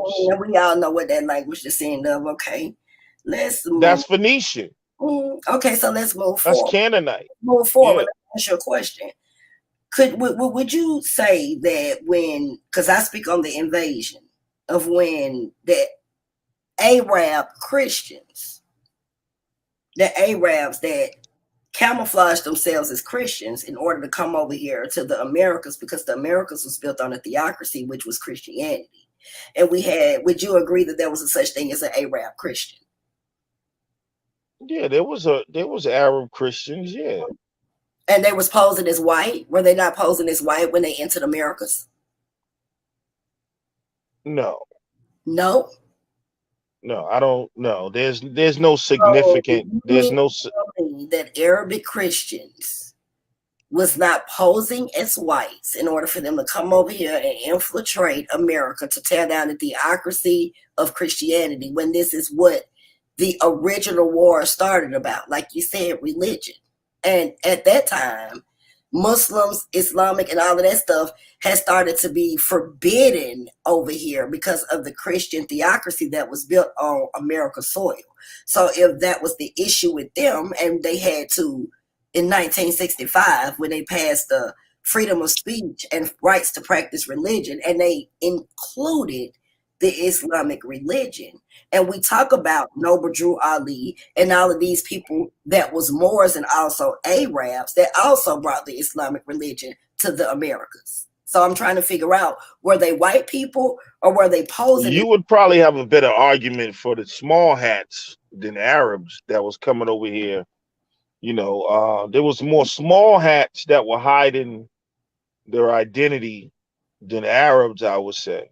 Not true, because Yeah. the Crypto Jews. if we look at the fact that Islam has been over here long before Christianity or any of that shit. Islam has been over here since the early 700s AD. That's how long they've been traveling and moving around. That's how long Islam has been in place. Islam has been in place longer than any of this. So if Islam had already embedded themselves over here in the Americas, we know that there's Arab Christians, because you had to be a Christian in order to get in the Americas. We all know that they camouflaged themselves and they posed as white. You had to be white because the only thing that was accepted. I mean, what's your point of that, and where'd you get that from, though? The only thing that was accepted in Christianity back then in America was whites. So if you were an Arab, just like right now when you're dealing with the KKK and all of these people talking about this shit and God we trust, and Christianity was here, the theocracy, you know damn well they wasn't dealing with no Arabs, no Muslims, Islamic teachings, or any of that. And my point that I'm trying to make is this: if Islam has been running the slave trades from the beginning, if Islam already had infiltrated the Americas, if Islam was on the boat with Columbus, Arabic ass coming over here, showing them how to get to the Caribbean, showing them how to get to the Americas, if Islam was posing as white, and we know white don't exist, the transatlantic slave trade solely depended on foreign slave trade, which was mostly Arabs and people with Islamic teachings, then how can we sit here and say the white man was the oppressor, or the white man was the one that was enslaving us during this so-called transatlantic slave trade? No, because no, I mean, we know the role that Islam played in it. But what I'm saying is Islam and the small hats and the Mohammedans were the brokers. The Europeans were the purchasers. So yeah, the Arabs played a major role over there on the west coast of Africa, and so did the Jews. And let me break this down. But the Dutch hold on, wait a minute, Lex. I ain't trying to cut you off. Derek, I understand that Arabic is a culture, language, all of that. I understand that those people were Spaniards. Technically, Arabs was referenced as Orientals. I'm not slow. We're having a basic conversation right now. But trust me, I know the denomination of the bloodline. And when we go back and look at all of this stuff and the Arabic cultures and the things that they was following, and it all descends from the religious backgrounds that they follow. These Spaniards, the Portuguese, and all of these different people that y'all referencing was still embedded in Arabic, still embedded in that Islamic shit. So when you talking about the invasions of the Portuguese and all of this shit, them wasn't no damn white people either. So when you want to get real deep into it, I can explain what Spaniards and Orientals and all of this shit is. But when we go back and look at the blood mixture and the cultures that they follow, it was still Islamic invasions. It didn't have a damn thing to do with no damn white people. Yeah, I mean, a lot of people played a role in that trade, but the bottom line is it was so huge. The Africans that are being sold out of Africa, it's so huge that it's damn near the global economy at the time. They say some people, they have numbers say Africa is depopulated to this day because of that. Like, there's no way to get around how enormous the slave trade was at that time with Africans that's being sent not to America, but around the world, all the way to India, China. Everybody is benefiting from it. They all was in on it, and they all owe the ass whooping. And that's what I'm saying. When people try to minimize what happened to our people, it's crazy. It was the damn global economy. Like, it was like Africans being sold was the main commodity at the time. It was like the #1 commodity around, and it was going around the world. The Arabs, they was bringing our people over here all the way into goddamn India, even China. We're talking, and the numbers don't even account for those that didn't even make it to the destination. So I can agree with you all the way and say all these people are involved in it. Yeah, Islam is the #1 goddamn enemy of black people. The role they played, and like I said, they sold even more than the so-called West African slave trade during the East African slave trade. So that's what the dark side be trying to tell people. When it comes to Christianity, Judaism, and Islam, you's a goddamn fool to be involved in any of them religions. They are the enemies of your people. Now, this conversation about Africa versus America, I mean, anybody who's well studied will know there were black people all over the goddamn earth. Yeah, there were black people in America before Columbus was born, before that nigga knew what a ship was. Now the conversation becomes, well, where did they come from and what's the origin, which opens up a whole nother can of worms. But regardless of how many black people were here, oh, you can best believe that the population increased at least 100 times with the African slave trade. You know what I'm saying? So, yes, were there some people here? Do I think it's like they try to say? No, but I know the Africans came here by the droves. And then they hooked up with some of their brothers that was already here, who were black, so-called black Indians or whatever. We don't even gotta use the term Indian. But we know that. We know that Africans we have documented records of the Africans who hooked up with the so-called people who was already here. And they form unions and they go up into the mountains and they start rebelling and warring against the invader. I mean, we know that. You know what I'm saying? We know that happened in Jamaica. We know that happened in Haiti. We see it happen with the Yamasee. We know about it happening with the black Indians in Delaware, in Nantucket. You know what I'm saying? In Florida, the Seminole, all of that. The Choctaw and all of that, you know what I'm saying? But those tribes wasn't what we would call fully black either, because they had mixed with the Asians.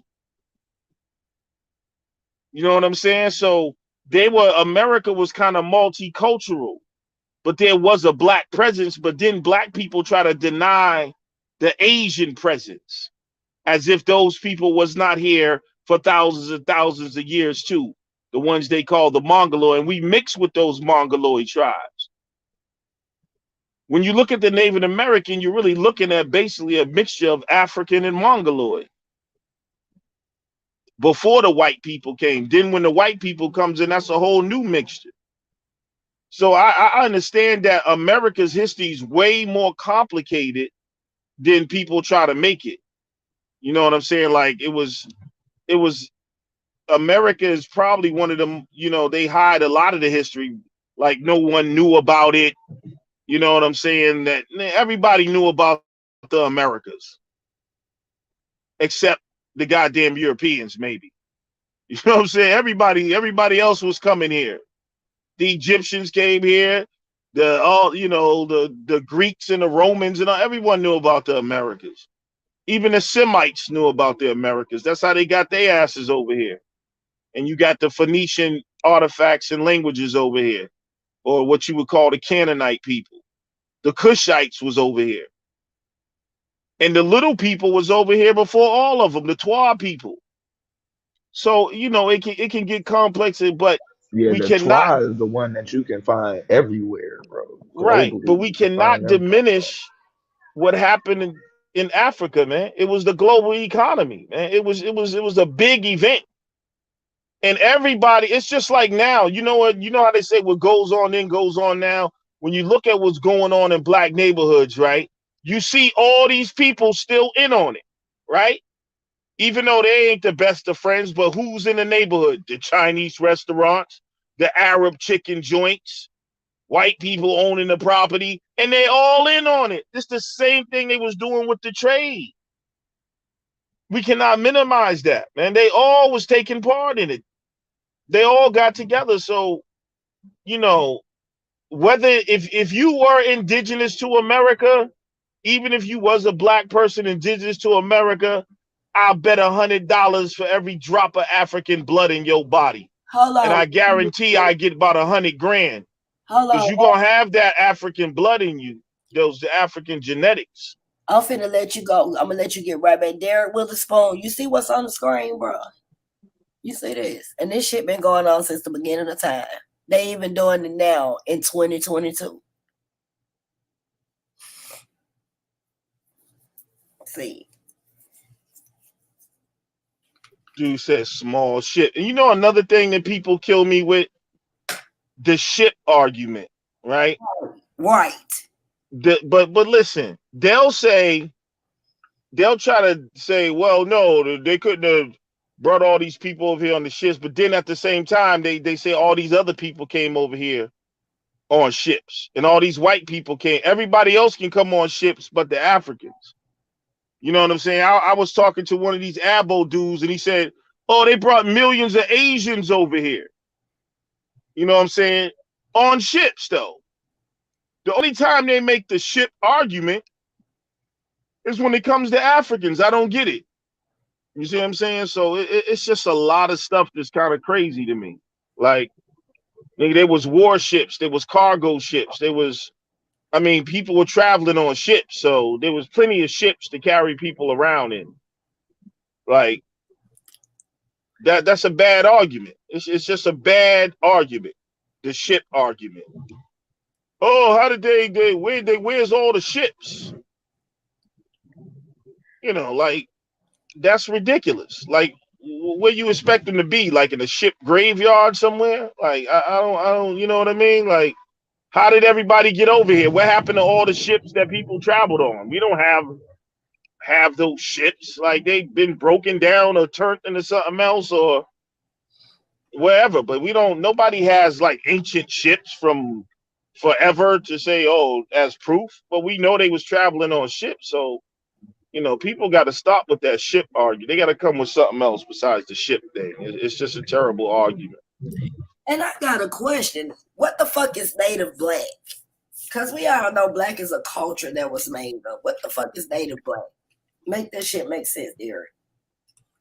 Well, Nandi, you're big into words. So you got to understand that you're having, sometimes what I notice with you is people, I know where you're coming from because I know that mind state. You deal with words. So, when he's saying native black, he just means black people in America. He doesn't care what native means or what black means.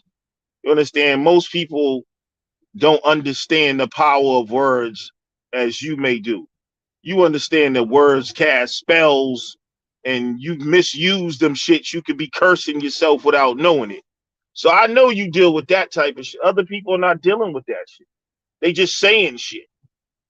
You see what I'm saying? In general, native black, you don't give a fuck what the definition of native is or what black means. Not everybody are wordsmiths. But I do agree that, they say life and death is in the power of the tongue. So we should study the meaning of words and definitions. But in certain conversations, to get into that, it has to be a person that's there to even understand that conversation. You understand what I'm saying? Like, a person would have to know the value of words to even get into, well, what do you mean by that? Or people don't value words like that. They don't know the power of words. That's not the average. That's for the gods. That's for the priests and the priestess. Now hold down the panel for a minute. I got to take a restroom break. I'll be right back. Take no doubt. Gotcha. For me. Gotcha. But yeah, I'm gonna beat Nandi up on this Africa thing, Blue man. And He said as soon as you go, get that in. I ain't talking about. Yeah, you know what I'm saying. Man. We gotta get this thing right, Yeah, I got to do a video, man. And what's crazy is the site. It's a site here in Pritchard, what they call Africa Town. where the last ship landed at. They just got marked as one of the world's 25 most historical heritage sites. So they getting all kind of funding to get it built up and all of that, bro, from the world and shit. That shit crazy. They got unlimited funding to build that shit up right now. So Yo, it's crazy now how confused we are, you know. And I always tell people, like I said, man, I'll agree to be called Israel if it'll unite us. Like it don't even matter. That's what I'm saying. People don't under. It's like that truth stuff is what messes us up. It's about what's productive. Like we can be called the booger people. It don't like. So now now finally they done started another beef now. The beef that we settled years ago with West Africa versus Egypt. Like what's but yo, man, man, it's a wrap, bro. Like we done started we worked hard to just try to get the Asiatic out of a nigga. Now we gotta deal with West Africa versus Egypt. Yeah, you know, it's like, man, come on, yo. We like, god damn. Niggas is attracted to that writing shit, man. They want the right. Then it's what's it gonna turn into next? Southwest Africa versus Northwest? Like, come on, like, what's wrong with black people, bro? We sick, bro. Man, yeah, it's fucked up right now. But yeah, but I agree. We got to get that comedic shit under control. Yeah, it was romanticized for a long time, and we told them. I told Chris 3 years ago, you're gonna get caught up with that comedic shit because, I mean, Kemet was great. There's some great knowledge and all, but everything ain't right about that culture, and it's kind of mams it out. Yep. You know what I'm saying? It's like that's why they so connected with them goddamn Asiatics. They tied together close. Yeah, you know what I'm saying? Them Asiatics infiltrated that bloodline like a motherfucker over there. So it's like, but part of the reason Kemet was pushed to the forefront, you know, with like Dr. Ben and the early, you know what I'm saying, African scholars is because it was a reaction because white people was trying to claim Kemet. And it was like they wanted to take it away from Africa. So Dr. Ben and them came along like, hell no. You know what I'm saying? Like, you ain't getting Kemet, yo. Like, even though it might have been mams it out, like, nigga, that's Africa. Like, you already done said Africans ain't shit, and now y'all gonna try to claim Kemet, you know what I'm saying? So, you know, the Dr. Benz, the John Henry Clark, the Barashangos, the George G.M. Jacksons, and all of them, they use that to uplift our people. Like, yo, you're great. Like, this is you. You did this. You know what I'm saying? Even though they didn't represent all of Africa, to, you know what I'm saying, or West Africa like that, but Kemet was Pan-African in terms of all kind of Africans wasn't Kemet though. You know what I'm saying? They might have not been the leadership, but you know, I think it was 32 gnomes. Can you please go into that for these motherfuckers who keep trying to make all Africans Kemet? Please break it down for them, next. No, I mean, Kemet was like America. You know what I'm saying? Kemet became the hub of, you know, like the hot spot. You know what I'm saying? Like the libraries was there, but you had all kind of Africans there, but the leadership, they wasn't the same as everyone else. They was on some pompous shit. They was elitists. You know what I'm saying? Like, they didn't have, when you look at the royal families, first of all, they had mixed with a lot of Asiatic blood, so some of that shit's questionable. But even the ones that wasn't, you know what I'm saying? They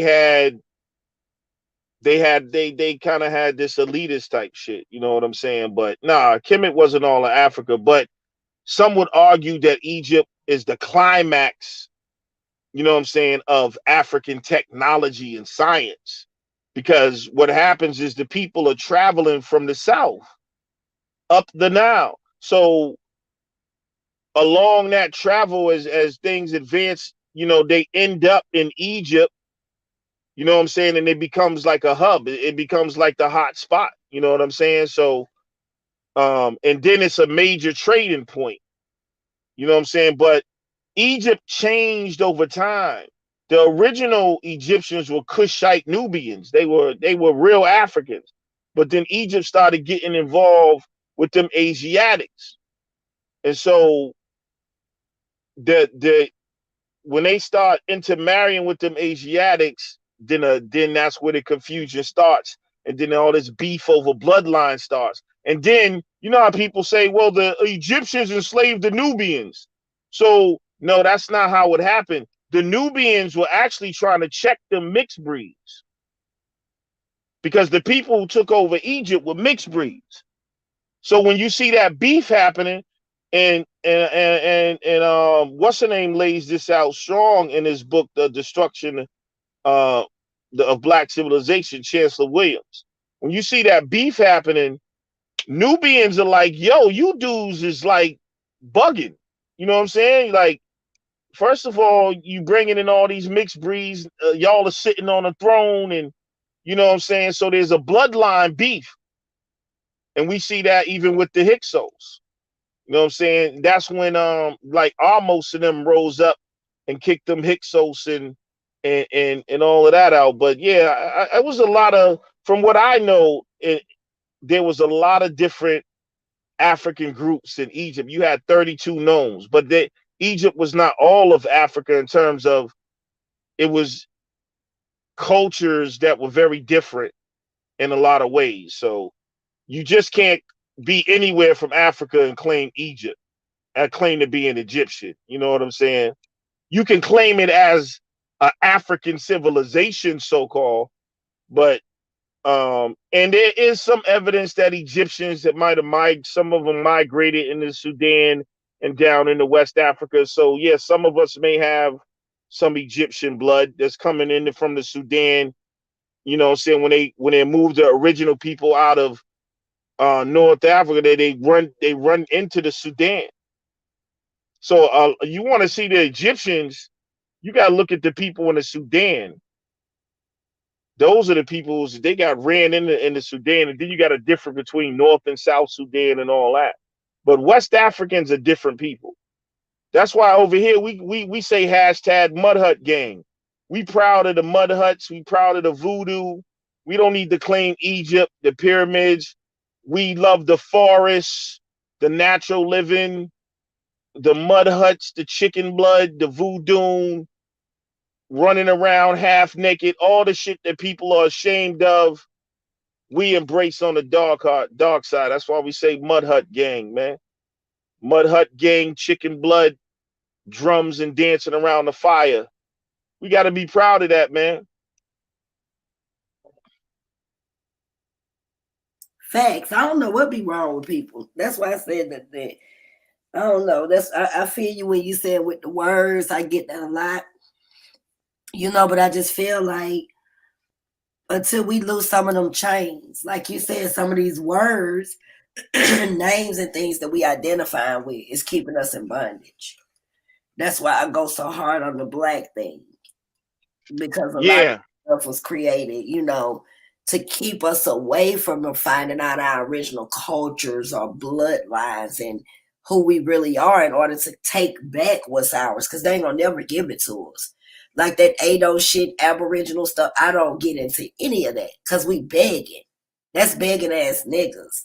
Nobody's gonna take shit and then just because you ask for it, give it back. So if we could really identify with ourselves and, you know, like a lot of the different tribes that are still registered and tribes that has treaties and shit like that, I think we can get ahead. That's the only reason why I go so hard on all of these identities that we are claiming. Like you said, when we had Kushites, Nubians, and shit like that, that was in existence that really needs to be recognized and identified as our people. Nobody ever really talk about the Nubians or the Kushites no more, or the people that was there in the Kibelin, or what was going on before the Arabs and the Ethiopian Christian kingdom made these treaties. And those are the people that we come from. And nobody never goes that far back. It's, you know, but a few of us. in history to be able to bring those names into existence. So that's one reason why I just go so hard on words and what we call ourselves. Yeah, nobody ever called themselves black in, antiquity. That's but there is something called the power to define. So it does become a little sketchy, because when you let someone define words, then that's also a power. Because at the end of the day, who's defining what words mean and what they mean? You know what I'm saying? Just like when you go, one word means something totally different in another culture. So it is a level of taking back some power when we say we can make a word mean whatever we want it to mean. You know what I'm saying? So, because you got some people who will go into, well, in the Black's Law Dictionary, this is what the word means and such. Yeah, on paper. And if you're dealing with that, if you're dealing in law in that society or whatever, but ultimately we got the power of God to define words the way we want to define them. So you also lose power when you let somebody define your words. I talked about that. Now, if we had land and control of what we were learning every day, if we controlled the educational system, then you're absolutely right. We can use words the way that we see fit, because we all know words was created and constructed according to those people. But when you're dealing with the system that has been created around these words, and these words is being used incorrectly by our people, which is causing us to stay in a position that we shouldn't be in. Another mind fucking manipulation that they use. That's why they got so many different words, but they mean the same thing. Even Malcolm and a lot of our people taught before us. If we don't understand definitions and what's being used against us, not saying that we want to identify with the definition, but if we don't really know what the definition of words that has been created in this system that utilizes those same words, just because over here we believe black is empowerment, black is beautiful, black is this, we still dealing with a society and a system that feel like black is deaf, black is opposite of white, unpure, a nigger, and all type of titles. So until we take over our people and be able to control what they're coming in contact with, we're not in a position to rearrange words when if we got our children growing up believing black is beautiful, and then when they get 18 and they get the shit beat out of them because black to a cracker is a nigger, we have misinformed our children and they're not able to deal with and tackle the issues in society. So I don't, that's just like the motherfuckers over there saying mammy. No, we got over 1 million women out here that feels like a mammy is coddling for the black man. No, the definition of a mammy is a black woman coddling for the white woman, and the white. That shit is insane. But you know what? I stopped even arguing. Like, I don't even like. To me, that those people are like, they're just retarded. That like it's not even. Like, I won't even give my time to it no more. I just stopped listening, stopped watching. Like that, I just realized there's certain sectors and certain groups that are just gonna be radical and crazy for no reason. You see what I'm saying? Yes. And honestly, in my kingdom, they all would have been hung. See, I just want to make this point. What I'm saying is, though, because see, like I said, next, we on the level of education. People don't understand wisdom. That shit outweighs scholarship.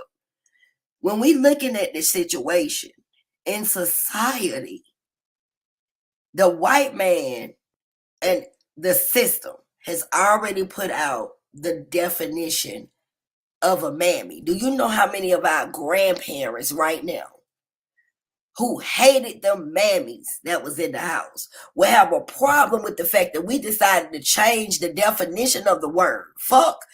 the historical thing that it done to our people. Forget the definition that we should acknowledge, not to identify with, but to be able to show what happened to our ancestors, our grandmothers and shit, and changing it to us coddling for the black man.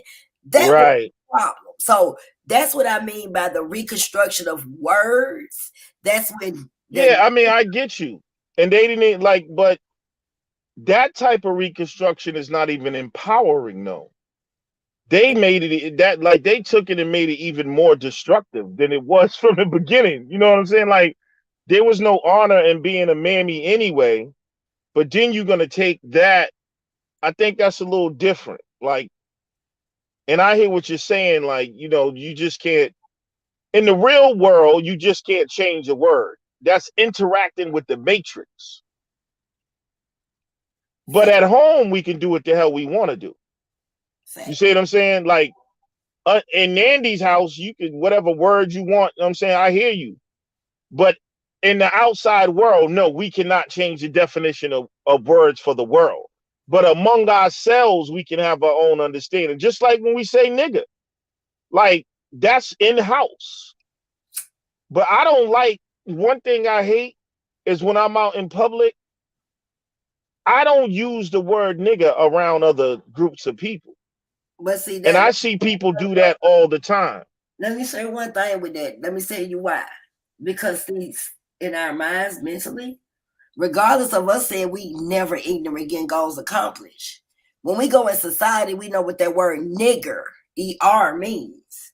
So we don't even want to slip up and make that mistake when we saying certain things. But this is why, this is what I mean by until I agree with what you were saying. Control the shit that we doing, even if at home. If me and you got some children and we teaching them all, just say we gonna get into the culture, all black, everything. And the word means this according to what we want to teach in our culture. As soon as they go back to Pippi Longstock in high school, they're gonna be penalized for black being different or black being opposite of pure. That's the definition in society, regardless of what we taught our children behind closed doors. So that's why I said interacting with the matrix. Yeah, that's why. So all you gotta do is make the distinction, though. Yeah, let's see what like when you go out into the world, this is what it is. And here it's different. You know what I'm saying? Like, I think every black person should know that by now anyway, even though we don't. All I'm saying is we would have to completely separate. What I'm telling you, what you're saying is right. I totally agree with you. We do need to come up with our own ways of talking, strategic ways of using words and definitions. But until, like you stated, we take control of that particular system completely when it comes to our people, to be able to separate those words from how we trying to build, meaning we got our own system. This is what black means over here versus to black in their system. That's like a bogus, that's like a that don't have an end. It's not an end game to that. Because we still gonna be back in the corner. We just gonna have a lot of uneducated people out here misrepresenting and misunderstanding words. And when they get in this system or deal with the police or the judicial system or any type of branches of government, they won't even know how to deal with the shit. Yeah, you talking advanced degrees though. Like, and I hear you, man. That it's like, I mean, we ain't even got our people out the Bible yet. You see what I'm saying? Like, true. I agree. You know what I'm saying? We talking about like dealing with words. You dealing with the the mysteries and shit. You know what I'm saying? Like, that's what I'm saying. Like, it's crazy that, I mean, we got our people running around talking about they Jews and Christians and Muslims, yo. Like, we gotta break that chain before we can even get into the law and the words and the power of words. You see what I'm saying? Like, and a lot of times we don't realize that we be talking, and I don't want to insult our people, but I start to realize that a lot of times the people that do a lot of studying, we be thinking people know what the hell it is. But see, our people, majority of our people, they just they still on Jesus. They ain't even, you know what I'm saying? Like, tell you how to get rid of that Jesus. See, Les, you the one you always teach about the power of words and shit. I be listening to all that shit you be over there teaching, and you make sense with it. Like what words can do to curses. Words is what got these niggas stuck in religion because they think the word of God is in the Quran or that Bible. exactly. If we destroy the word, right? If we destroy the word and the misrepresentation of the word, then in certain ways for certain people, because we know it's not going to be all as a mass changing people, but we can address religion until we address the words that they stuck on, the shit they got their mind floating, the God and the Lord and all this shit, that because they think the power is in the word of their gods, not nothing else. It is though, and that's why. But that's the spell they're under. That's what they don't get. Like the people who gave you those words put you under a spell, and like our people, like that stuff is epigenetic. It's deeply embedded in the psychosis of our people. It's been, I mean, we've been under that for so many years that, you know, it's been a hard chain to break. Like that Bible, that shit is powerful. Mm-hmm. That shit, that's some, man, that shit is like that's why I tell people the only way to really break that spell is to burn that motherfucker. And that's why they hate me, because I be, you know, I burnt it because it's a literal spell. And it's almost like carrying a medallion around that's cursed or something. You know what I'm saying? You gotta burn, you gotta throw that shit in the fire in order to, because what's really attached to it is not only the words, but it's the fear. I ain't never looked at it like that. A damn curse medallion, because people do carry them Bibles everywhere they go. Yeah, it's like I thought I was on mute. I'm sorry, Lex. I'm just over here agreeing with you. Let me go on mute. Go ahead. Oh yeah, it's like it's a curse, it's a spell. And that why you think they got them shits everywhere in the fucking hotels, and motherfuckers got it on their shelf. It's spirits attached to that shit. And so, you know, it's just like it, you know, in the movies and shit, they show you that shit. They be like, yo, you gotta burn that shit. Throw that shit in the fire. You've been wondering why you had all that bad luck. Whoever gave you that goddamn piece that you wearing, you know what I'm saying? And a spiritualist will tell you, go bury that shit, burn that shit, get it away from you. That's what it's at. And that Bible and Quran is everywhere you go. It's a spell. And when, you know, and that's why I tell people, if you want to break that fear, you got to burn that shit, because it's going to break the psychological fear, because the fear of God is embedded in us. They told us to fear God. And God is, you know, their concept of God is all crazy. That's a demon. Why would I have to fear my creator? I mean, there should be some respect there, you know, for power, but it should be more, I should be wanting to get close. Not like, you know, you think about it, God, nobody wants to really see God. If you look at how whenever God shows up, it's destruction. Even when God's coming back, he's going to destroy the, you see what I'm saying? So our people are just scared of God.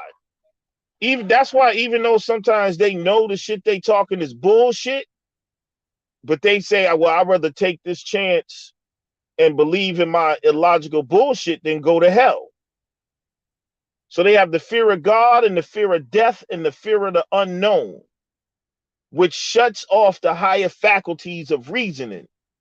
Because whenever it comes to reason and it don't make sense, in the back of the mind is the fear of hell. So even if they so psychologically, our people feel like, well, this is the safe route to take, because when I die, you know, they call it Pascal's wager. Like, so if you're wrong, and you hear people say this, if you're wrong, you're going to hell. If I'm wrong, then it really don't matter. You see what I'm saying? So that spell, man, that religious spell, that Bible, as long as our people are caught up in that, we will always be slaves. We'll never be able to expand our minds to the point where we can really compete on the world stage.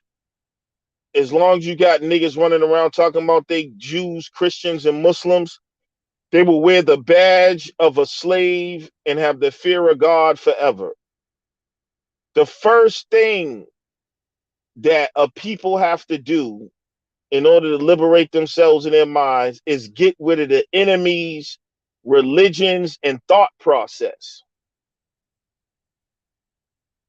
And if you can't do that, it's just like wearing somebody's last name. If you wear their religion, you might as well get married and be their bitch. Take on their last name, like.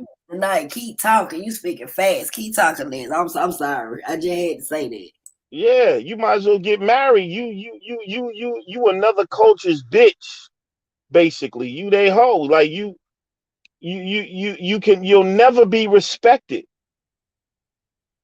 Everybody around, see, you got to be able to look at yourself from the outside in. Whenever you talk to someone and you tell them and they ask you your name and you say, my name is Michael Rappaport, they already know you a slave. They know that ain't your name. And then you tell, oh, I'm a Christian. And my name is Michael Rappaport. I'm a Christian, a Muslim. And they know the history of the world. They like, yo, these people are dead. They know your name's supposed to be Hookah Hama Hookah or some shit. You see what I'm saying? But see, what it is a lot of times too, because of the fear of God, people don't know that your culture is what's going to define you as a people that's free. And if you got somebody else's culture, you're never going to be respected and you'll always be a slave, especially a god. You see what I'm saying? A god is to take on someone else's god. Like I said, you might as well. It's over. That's why people were so big with their religions. When the Persians took over empire, they spread their religion. When the Greeks, the Romans, or whatever it is, because they know in order for us to rule, we ain't got to do it with guns. You know what I'm saying? The guns is what's initial, but then we don't want to have to deal with rebellion, and we want everyone to assimilate. So if you accept my gods and my culture, then you are colonized in the mind. I mean, this is not no complicated shit. And a lot of these motherfuckers that's fighting so hard for Christianity, Judaism, and Islam are just some country bunking slave ass niggas.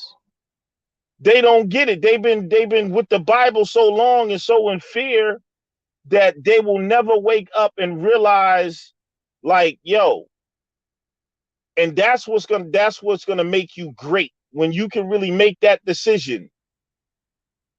And that's for every individual, when you can look at yourself and say, even though I'm emotionally attached to this shit, in order for me to go to the next level and be great, I gotta let go of the shit that I might love. You ain't never gonna lose weight if you don't let go of chocolate cake. I don't motherfucker how motherfucker you feel about it. You know, there's some people that will argue, nigga, I love chocolate cake. Motherfuckers argue about shit that ain't good for them, and they get offended when a motherfucker come along and say, yo, you gotta let go of the chocolate cake. Nigga, I've been eating chocolate cake for 50 years, nigga. My grandmoms ate chocolate cake. Nigga, chocolate cake been in the family for 2,000. It don't matter. In order for you to go to the next level, you gotta reject what your family gave you, what society gave you, whatever it is. And that's what black people have not come to understand. We sit around and argue about all this philosophy. The bottom line is, no matter what we do, the one thing we know we got to do is reject what all these motherfuckers gave us. That should be clear. I don't give a fuck if we got to start over. That's why I be telling people, we can make up a whole new fucking name for the black people in America. That's how you solve that issue. We ain't got to go back to no ancient shit. They named themselves at the time when they was creating their shit. The thing is to get rid of division. So you ain't got to argue whether you're African or Aboriginal or Israelite and all that shit. Obviously, all that shit is the confusion that came out of white supremacy. That's why we so fucking confused. And you know all the shit is wrong because why do we have so many different things? That's a symptom of the confusion and sickness. The fact that niggas believe they're 10 different things shows that all 10 of them are wrong. And even if one of them is right, who gives a fuck? We got to get rid of it all and start over, yo. And people are not willing to do that with anything because comfort is the motherfucking killer. It's hard to start over. That's why people don't even imagine having their own country or something. They don't want to chop down no motherfucking trees. The houses in America are already built. The jobs are already here. The restaurants and all of that. And so in the back of the nigga's mind, that's what he thinks about when they hear another black person talking about independence and all that. That's what they're really rebelling against. Nah, nigga, I ain't starting over. As good as the motherfucking pizzas is, you think I'm gonna stop going to Sal's Pizza? And that's the issue. So I realized that it comes down to small groups, yo, because not even nobody's whole group is really on code and on the same level. White people don't run the world. A couple of hundred white people run the world. You know what I'm saying? And they're not even just white. You know what I'm saying? When you talk about, you know what I'm saying? So the large group shit, I had to let go of that shit. Waking up masses of black people, you don't even need to.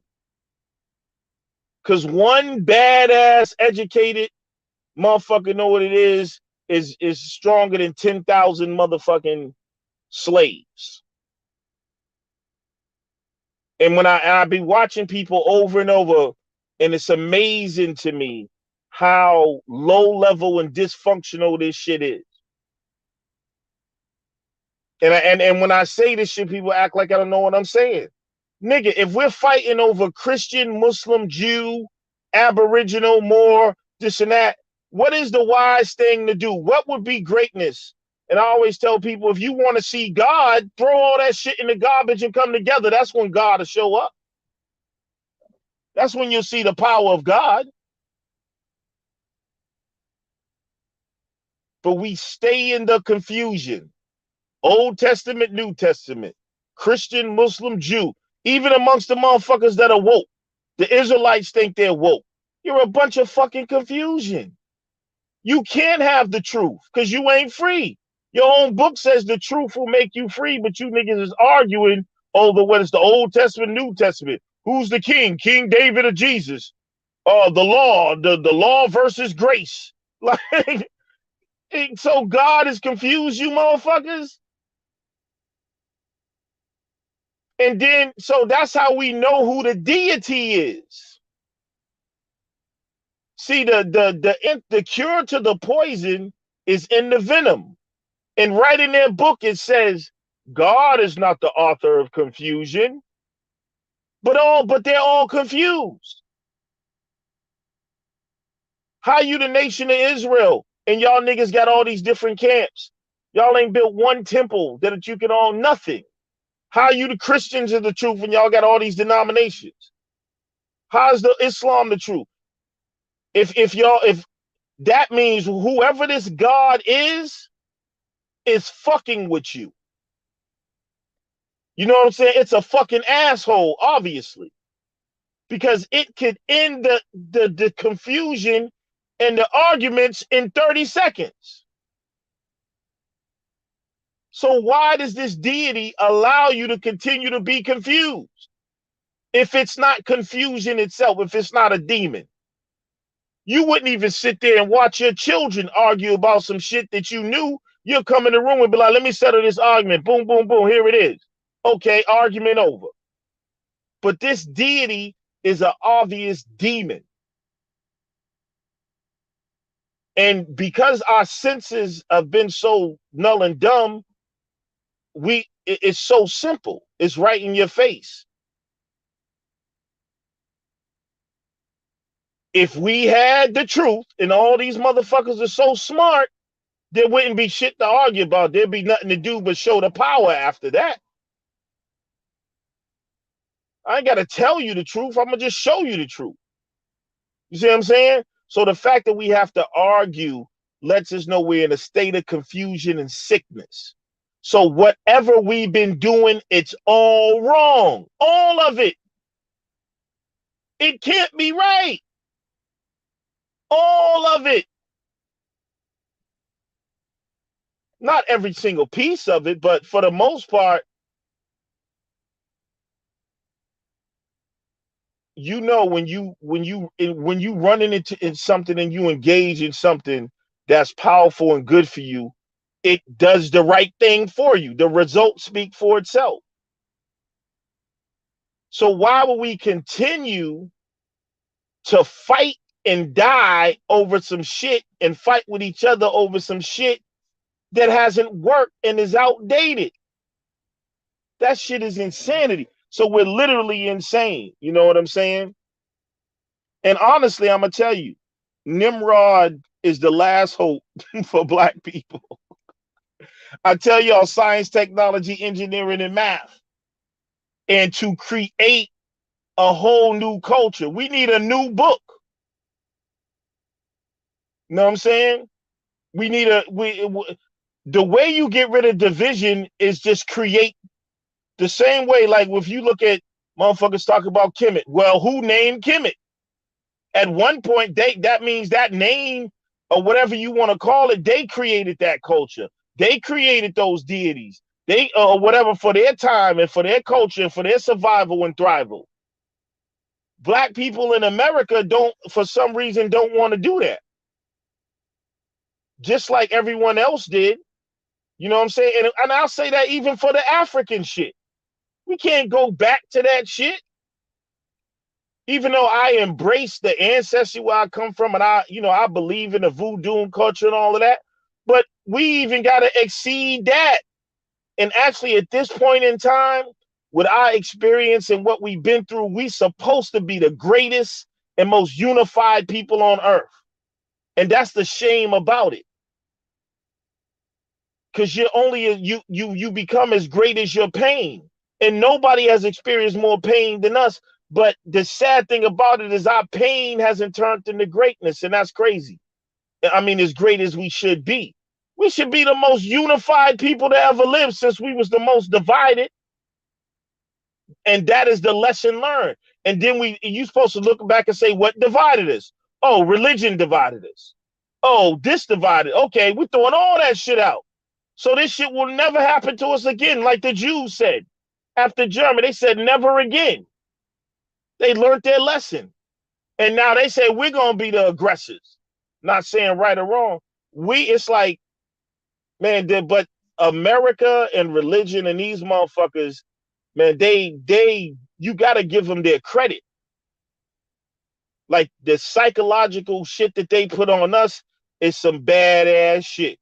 To the point where we got niggas that'll kill you for Christianity. Kill you for Islam.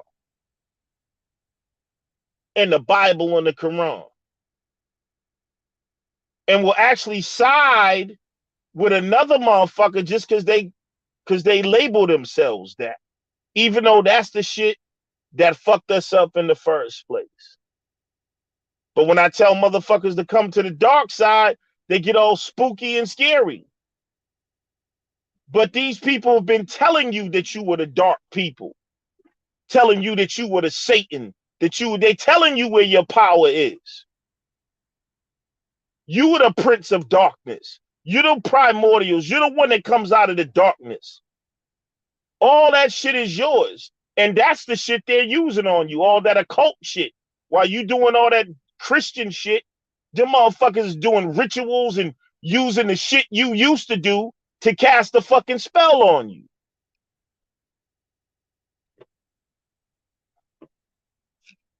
But motherfuckers ain't gonna hear it. You know what I'm saying?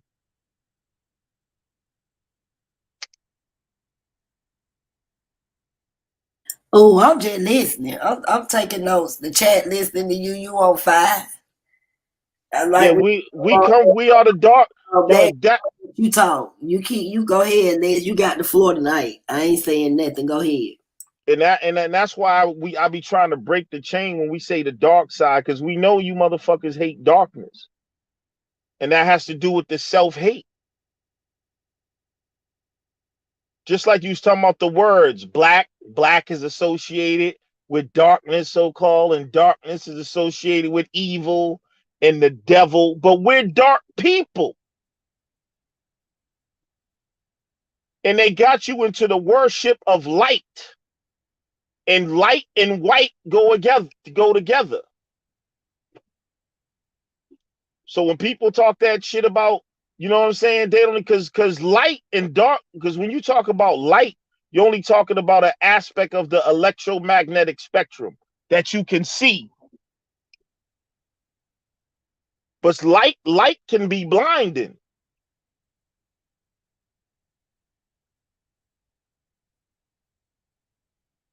Why you think they created this whole dynamic of the light will cast out the darkness and all of that shit, and motherfucker, and we add fire to that shit too, and not realizing every time you speak against darkness and all that shit, and believe darkness is evil, and then you got to go look in the fucking mirror at a dark face, and don't realize that the brain is automatically going to associate all that evil and darkness with self. So that leads to self-hate and destruction. To the gods, the light and the darkness is the same thing. We come out of the darkness. We come out at night. You see what I'm saying? Like, the psychology of these goddamn demons is unbelievable. That's why I said I got to give them credit. People hate the darkness. That people don't understand why we say power to the dark side. They still, because in their mind, their religion and the way their ideology, the dark side. Oh, that's evil. That's wicked. No, I want the light. But they don't understand psychology. Especially now, when I say dark, that don't mean everybody is black as night. But if you're a person of color, you're considered dark. And they call Africa the dark continent. They call your religions the dark arts. They call your ancestors demons. Man, I was watching this goddamn Christian evangelist in Africa, and he had these African people calling their ancestors demons, casting out their ancestors in the name of Jesus. So, oh, your ancestral spirits, those are demons. They've been having us bound up our ancestral spirits for years. We got our own ancestors in chains and don't even know it. When the motherfuckers be talking about casting out demons and all that shit, you binding up your ancestral spirits, whether you believe it's a literal spirit or psychologically.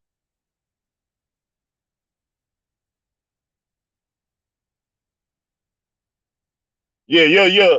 I seen people be sitting around talking about, I bind up this spirit in the name of Jesus. Probably binding your own goddamn grandmama. You know what I'm saying? Like, we got our own, so it's a lot, man. We got to rebel against all of that shit that's been programmed in us in order to break the psychological trains, because a lot of people that think they're free because they got some knowledge are not free. That's not how psychology works. You can say whatever you want to say on the surface. You can read 1,000 books, but the self-hate is deep. It's embedded. And that's why I've been telling people for years, you don't need a conscious community, you need a subconscious community. That shit has to get down to the lowest parts. And that's the darkness. Because that's where all that shit dwells. The shit you don't see.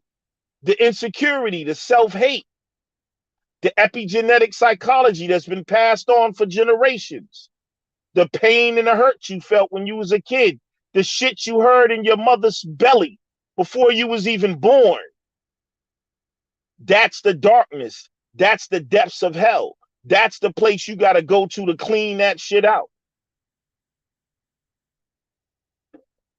You know how many niggers, no good niggers your ancestors heard? You black no good nigger. Some of our ancestors heard that in the womb. They was pregnant with us. You don't think that shit went into you? So darkness and blackness and the nappy head shit and all that shit and Jesus and the angels is white and all. That's why you hate darkness. It's deeply embedded in you. You know, and that's like society and individually. A lot of us got that shit from, you know, if your mother's insecure, you inherit that. You know what I'm saying? So the psychology is deep. Epigenetics is deep. A lot of shit we inherited, and that's why, and that's why people are supposed to get reparations. But our people are beyond that. There's no amount of money that can fix that.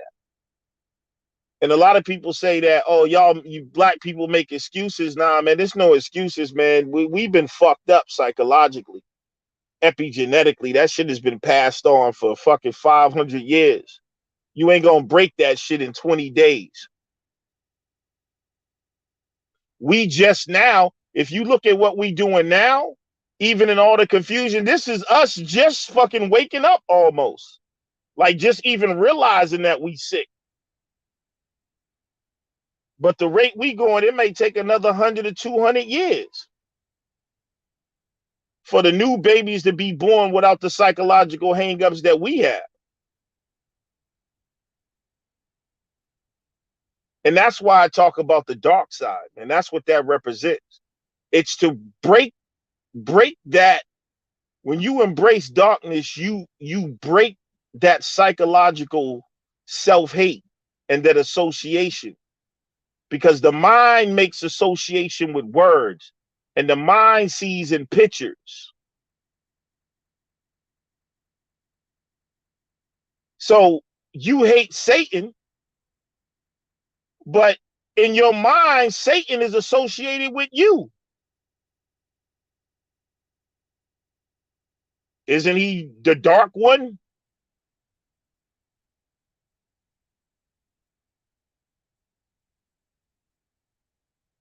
And secretly in their little societies, when they talking about Satan and the devil, they talking about you. The one who fell from heaven, who they must never let rise again.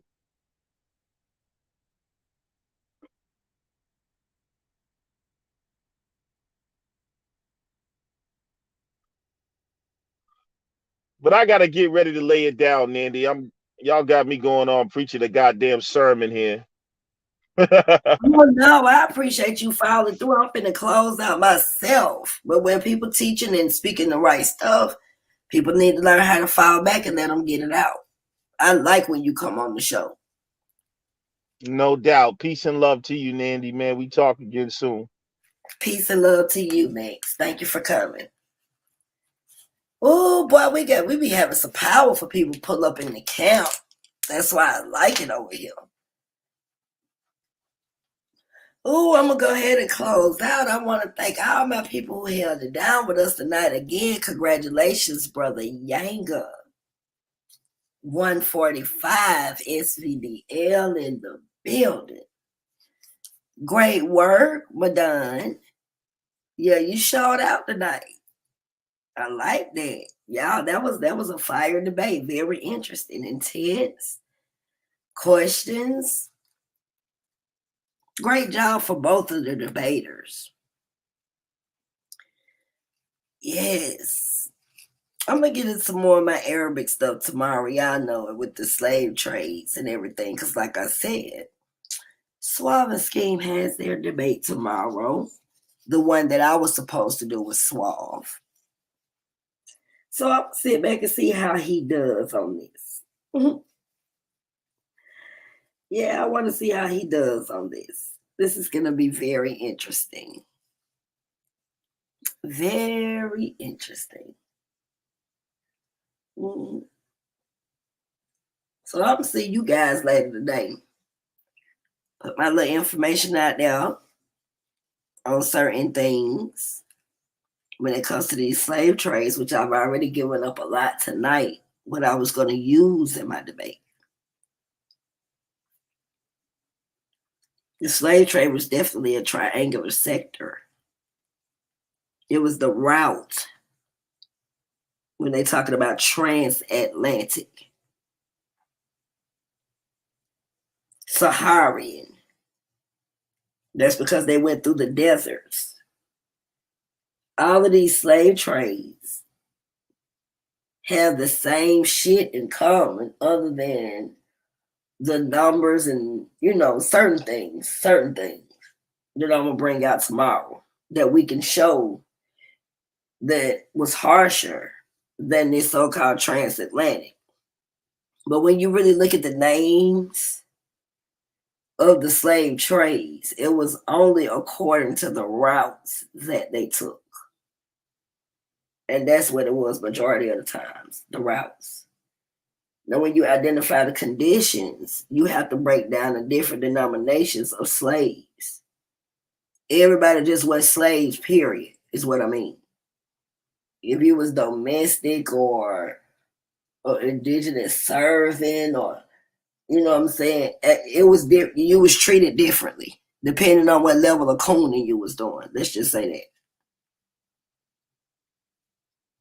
So when people be talking about this slave trade, using it loosely, and you really calculate the numbers, they calculate the numbers just according to, oh, these were slaves, this is how they was brought over here. But I want to give my people a weapon. When you get a chance, look up how many slaves sold themselves into slavery. People don't never talk about that. So all the slaves that was brought wasn't stolen. Look at people who sold themselves into slavery. Look that up. The numbers are staggering. It'll almost knock you off your feet. So when we talk about that transatlantic slave trade, make sure you separate those who sold themselves, the people that was brought over here, and what background they come from. And that's why the numbers in the transatlantic slave trade is a lot lower than the Islamic and the Arabic slave trade or the Saharian slave trade. Because let's remember, it started out the Islamic slave trade, but they had to camouflage it because Islam and the religion and all of that stuff wasn't accepted. So this is when they changed it to the Arabic slave trade and the Saharian slave trade and all of these different names to keep the truth hidden about these Arabs that's been posing as whites or under the white culture. Y'all know what we're talking about. Bringing their asses over here and everywhere else, fucking shit up. Without the transatlantic slave trade, which the transatlantic was the route, right? The system, the original system, and I'm going to go into that tomorrow, is what they depended on. And when they say foreign slave trade, and people talking about West Africa, a lot of those slaves was taken through other situations. Meaning they might have been taken to Brazil. They might have went to Mexico. I'm just using these as an example. They might have went to the UK. Then they was brought to America. A lot of them was already converted. A lot of them was already trained in certain departments. And this is why they depended on the foreign slave trade. So a lot of this stuff that they put out about the transatlantic slave trade was actually fabricated to try to make it look like that these so-called people, that they call white, was doing certain things. But we all know white people don't exist. And when you break down the Portuguese and like they talk about the Spanish and all of this shit, this is what the Arab culture was embedded in. That's why I say I look at all of this, but back then you had to either be Islam or Christian. The rest of that shit, it was being practiced, but it's secret. Those are the two widespread religions that was fighting over turf. So when you look that shit up, you look up Arab Christians. That's why now today in 2022, they still got Arabs checking whites on the census because of the privileges that they get for identifying through because see, white is a culture. And when you talk about the culture, it is so many different denominations that falls up under that culture, and Arabs is one of them. It's not referencing their skin, it's how they live, their economic system, what they worship. It's so many different things that comes with the so-called terms of white and black. So I'm going to leave it there, y'all. I'll see y'all later today. I'm going to finish this shit out with this Arabic stuff and show y'all what I mean by that. And it wouldn't have been a goddamn transatlantic slave trade if it wasn't a Saharian slave trade or Islamic slave trade. How you gonna go? That's just like telling the story of somebody. And the only thing you gonna tell is about what they did today. But you wrote the book of just about what they did today. But you didn't write a book about when they was born, where their history come from. Anytime you look at the information, it always goes back. Like they talk about Huey, he was born February 17th. He was born in Louisiana. You got to give some type of credible information or of a ledger. You know what I'm saying? A domino for you to be able to go back and connect them dots and know that all of this information is accurate, what you giving out. So a motherfucker who talking about transatlantic slave trade really uneducated. They stuck in 1619. We've been getting traded since the early 600s AD. We've been getting traded since the early 600s AD. And another thing that was more critical about the Islamic and the Saharian slave trade versus transatlantic, they were enslaving every goddamn body, including their own people. Christians, Arabs, Jews, black, what y'all want to call white, purple, whatever, children. They were stealing more children and women. And they was turning men into women. I'm going to show all this tomorrow. Swab wouldn't have beat me on shit. They was turning men into women during those slave trades for sexual favors. Decapitating people. And then they had it where they had a punishment called gong. Gong meant it was one or two things. They'll cut your balls off, and that just mean they gonna, send you somewhere else. You gonna be fucking them white women. You ain't gonna make no babies. They gonna use you. Or they cut everything off, what they call it shaving. Your penis and your balls, because they plan to use you for somebody's woman when you go cross the water. Now let's make this shit make sense. The transatlantic slave trade was abolished. The Arabic slave trade is still going on today.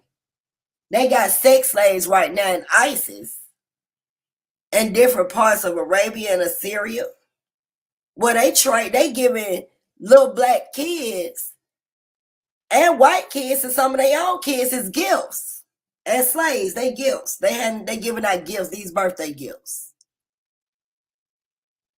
These birthday gifts, they give the fuck. This is 2022. The Sharia law still in full effect. Women oppressed, can't get over there being beaten, used as sex slaves. Look at what they're doing to our people over there in these places. And let me put the nail in the coffin where I was going to fuck Suave up. It can't be nothing worse than people who practice religion and speak on religion. And we talking about the Christians and the Muslims because they was in bed together. Blame this motherfucker up. These motherfuckers was buying and selling slaves in Mecca. In Mecca. Flame this motherfucker up. You got so many people talking about going to Mecca and that's the holy land and all this motherfucking weak ass shit. Damn shame. We got to get far beyond what the fuck we been seeing. No, Swab wouldn't have won this. Ain't nowhere in the hell, and even back then, over here in Transatlantic, it was another thing I'm going to use. Let me go back to the Islamic slave trade. Let me go back to this right quick. Even if you converted yourself to a Muslim or anything, the color of your skin didn't mean shit. You could convert to being a Muslim, you could bow down and be a slave, and they didn't give a damn. They didn't give a damn. They were fucking us up. And they were taking more women and children like never before. And the men they got, it was for their own personal sexual favors. Just about all the men went over there, they got shaved. One too many castrations. And a shaving and castration, I hate to compare the two. But when you're dealing with gone, castration, losing your balls, it's definitely not worse. That's what was going on in Transatlantic. Then you getting shaved and losing everything. And then being turned into somebody's woman. When you was a Zulu king or a man or something in your village. The last part of the trade can't be worse than where it started from. Because who did the people that's running the triangular sector of the transatlantic slave trade learn it from? And when you really dig past that white shit, you niggas always screaming about white supremacists and Columbus and all of them, they wasn't fucking white. Fuck Christopher Columbus got to get over here. You know, after he realized he was not here when he went to the Caribbean. And these motherfuckers traveling all over the world and they talking in Arabic. Because these motherfuckers been came over here starting this shit. Like I said, going to Muhammad, Drew Ali, because it's been about religion. That's the real wars we fight. Theocracies everywhere. And the Christians still run the United Snakes of America. I don't give a fuck how much people think the theocracy is not here. But it's definitely embedded. And Islam still running the world. But they in bed together. They in bed together. It's a game they playing. Just to keep us fucked up and keep their slaves separated. With that being said, guys, I will see you guys tomorrow. Because I don't know why they be thinking we don't read over here. But we do. That's why these niggas stay stuck in 1619. They mind fucked up. Yes, that's what they do. That's why they stay in 1619. Because going all the way back to 700 AD, that's too much. They always want to talk about West Africa. That's another thing I can't understand about the so-called Africans. The goddamn OD Africans. Because if you're really African, how can you not talk about the East, North, and South slave trades?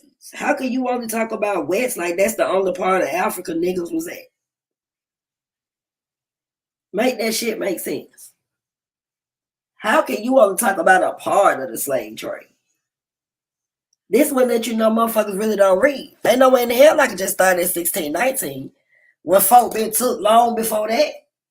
and been traded because some of the folk that came over here in 1619, they were stolen out of the Somalians. And all of that shit, they were stolen long before. That's why they call it slave trade. They was trading slaves. So what make you think that a lot of these people, it started in West, they talk about the population of Africa. But let's talk about every one slave in transatlantic today, damn 5 or 6 slaves, because let's remember now, they try to say 3, but we know it's a lot of people that died off and wasn't accounted for, so it was really anywhere from 5 to 6 slaves to the one transatlantic. Not only did they depopulate Africa when they hit east, north, and south like that, but fucking up the economy and all of that was an understatement. They was taking the women. How was the children going to be made? They was castrating or shaving, gonging the men. They started depopulating Africa long before transatlantic, or what you consider to be Africa. Shit, there was slaves in Mesopotamia. Blame this motherfucker up. They was stealing our niggas all the way back where Mesopotamia was standing.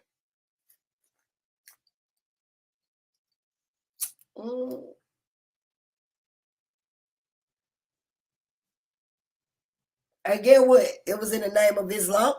Flame this motherfucker up. A historian, I am. This motherfucker, they been doing this shit. They don't talk about Mesopotamia, though. They want us to start the civilization with Egypt. But we all know when the name was, when they renamed it Egypt, that's when the Roman empires and shit took over. So I'm trying to figure out why these motherfuckers always claiming Egypt. Greekology and shit. Catholicism.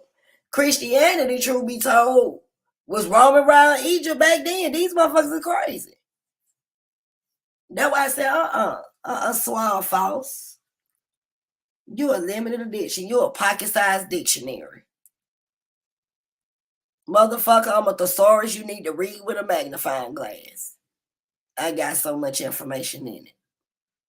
I'm like them goddamn codexes with my information. Shit so goddamn thick you need a ladder to climb up that motherfucker and flip pages.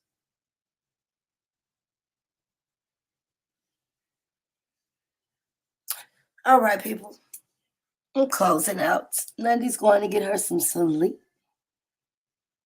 Yeah, so I took a lesser opponent, Kofi. I had to reschedule because I was working. Only a 2-day reschedule. We were supposed to do the debate on a Friday. I asked to reschedule the Sunday. He went live, bitch like the whole nigga he is. And hurry up and schedule the debate with Scheme. I even reached out to Solar. I had Solar to call Suave. All of that. Held off a couple of days before I started talking about the things that I was going to use in the debate. He still refused to debate. He's a bitch. Because he can't beat me. I just offered another debate for him. I ain't got no feedback. So he tried to use the excuse of the difference that, I just don't want to debate her. No, he really a pussy because he can't. This bitch nigga barely be beating T-Duck all on. So I know he ain't finna be able to fuck with me. So, with that being said, yep, he took a lesser opponent. But see, that's what bitch niggas will do.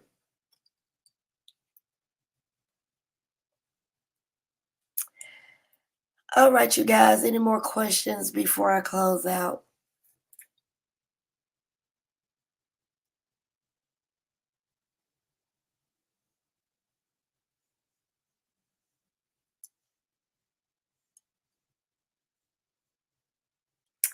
Okay, you guys, I will see you guys later today.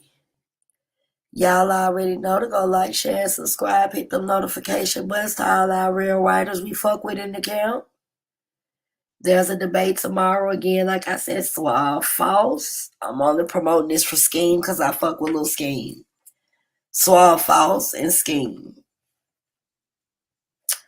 Was the transatlantic slave trade worse than the Arabic slave trade? Suave false took transatlantic. Great wishes and all of that, because I don't believe in luck, but great wishes to Scheme. I hope you mop the floor with this fat motherfucker. With that being said, peace and power. See you guys later.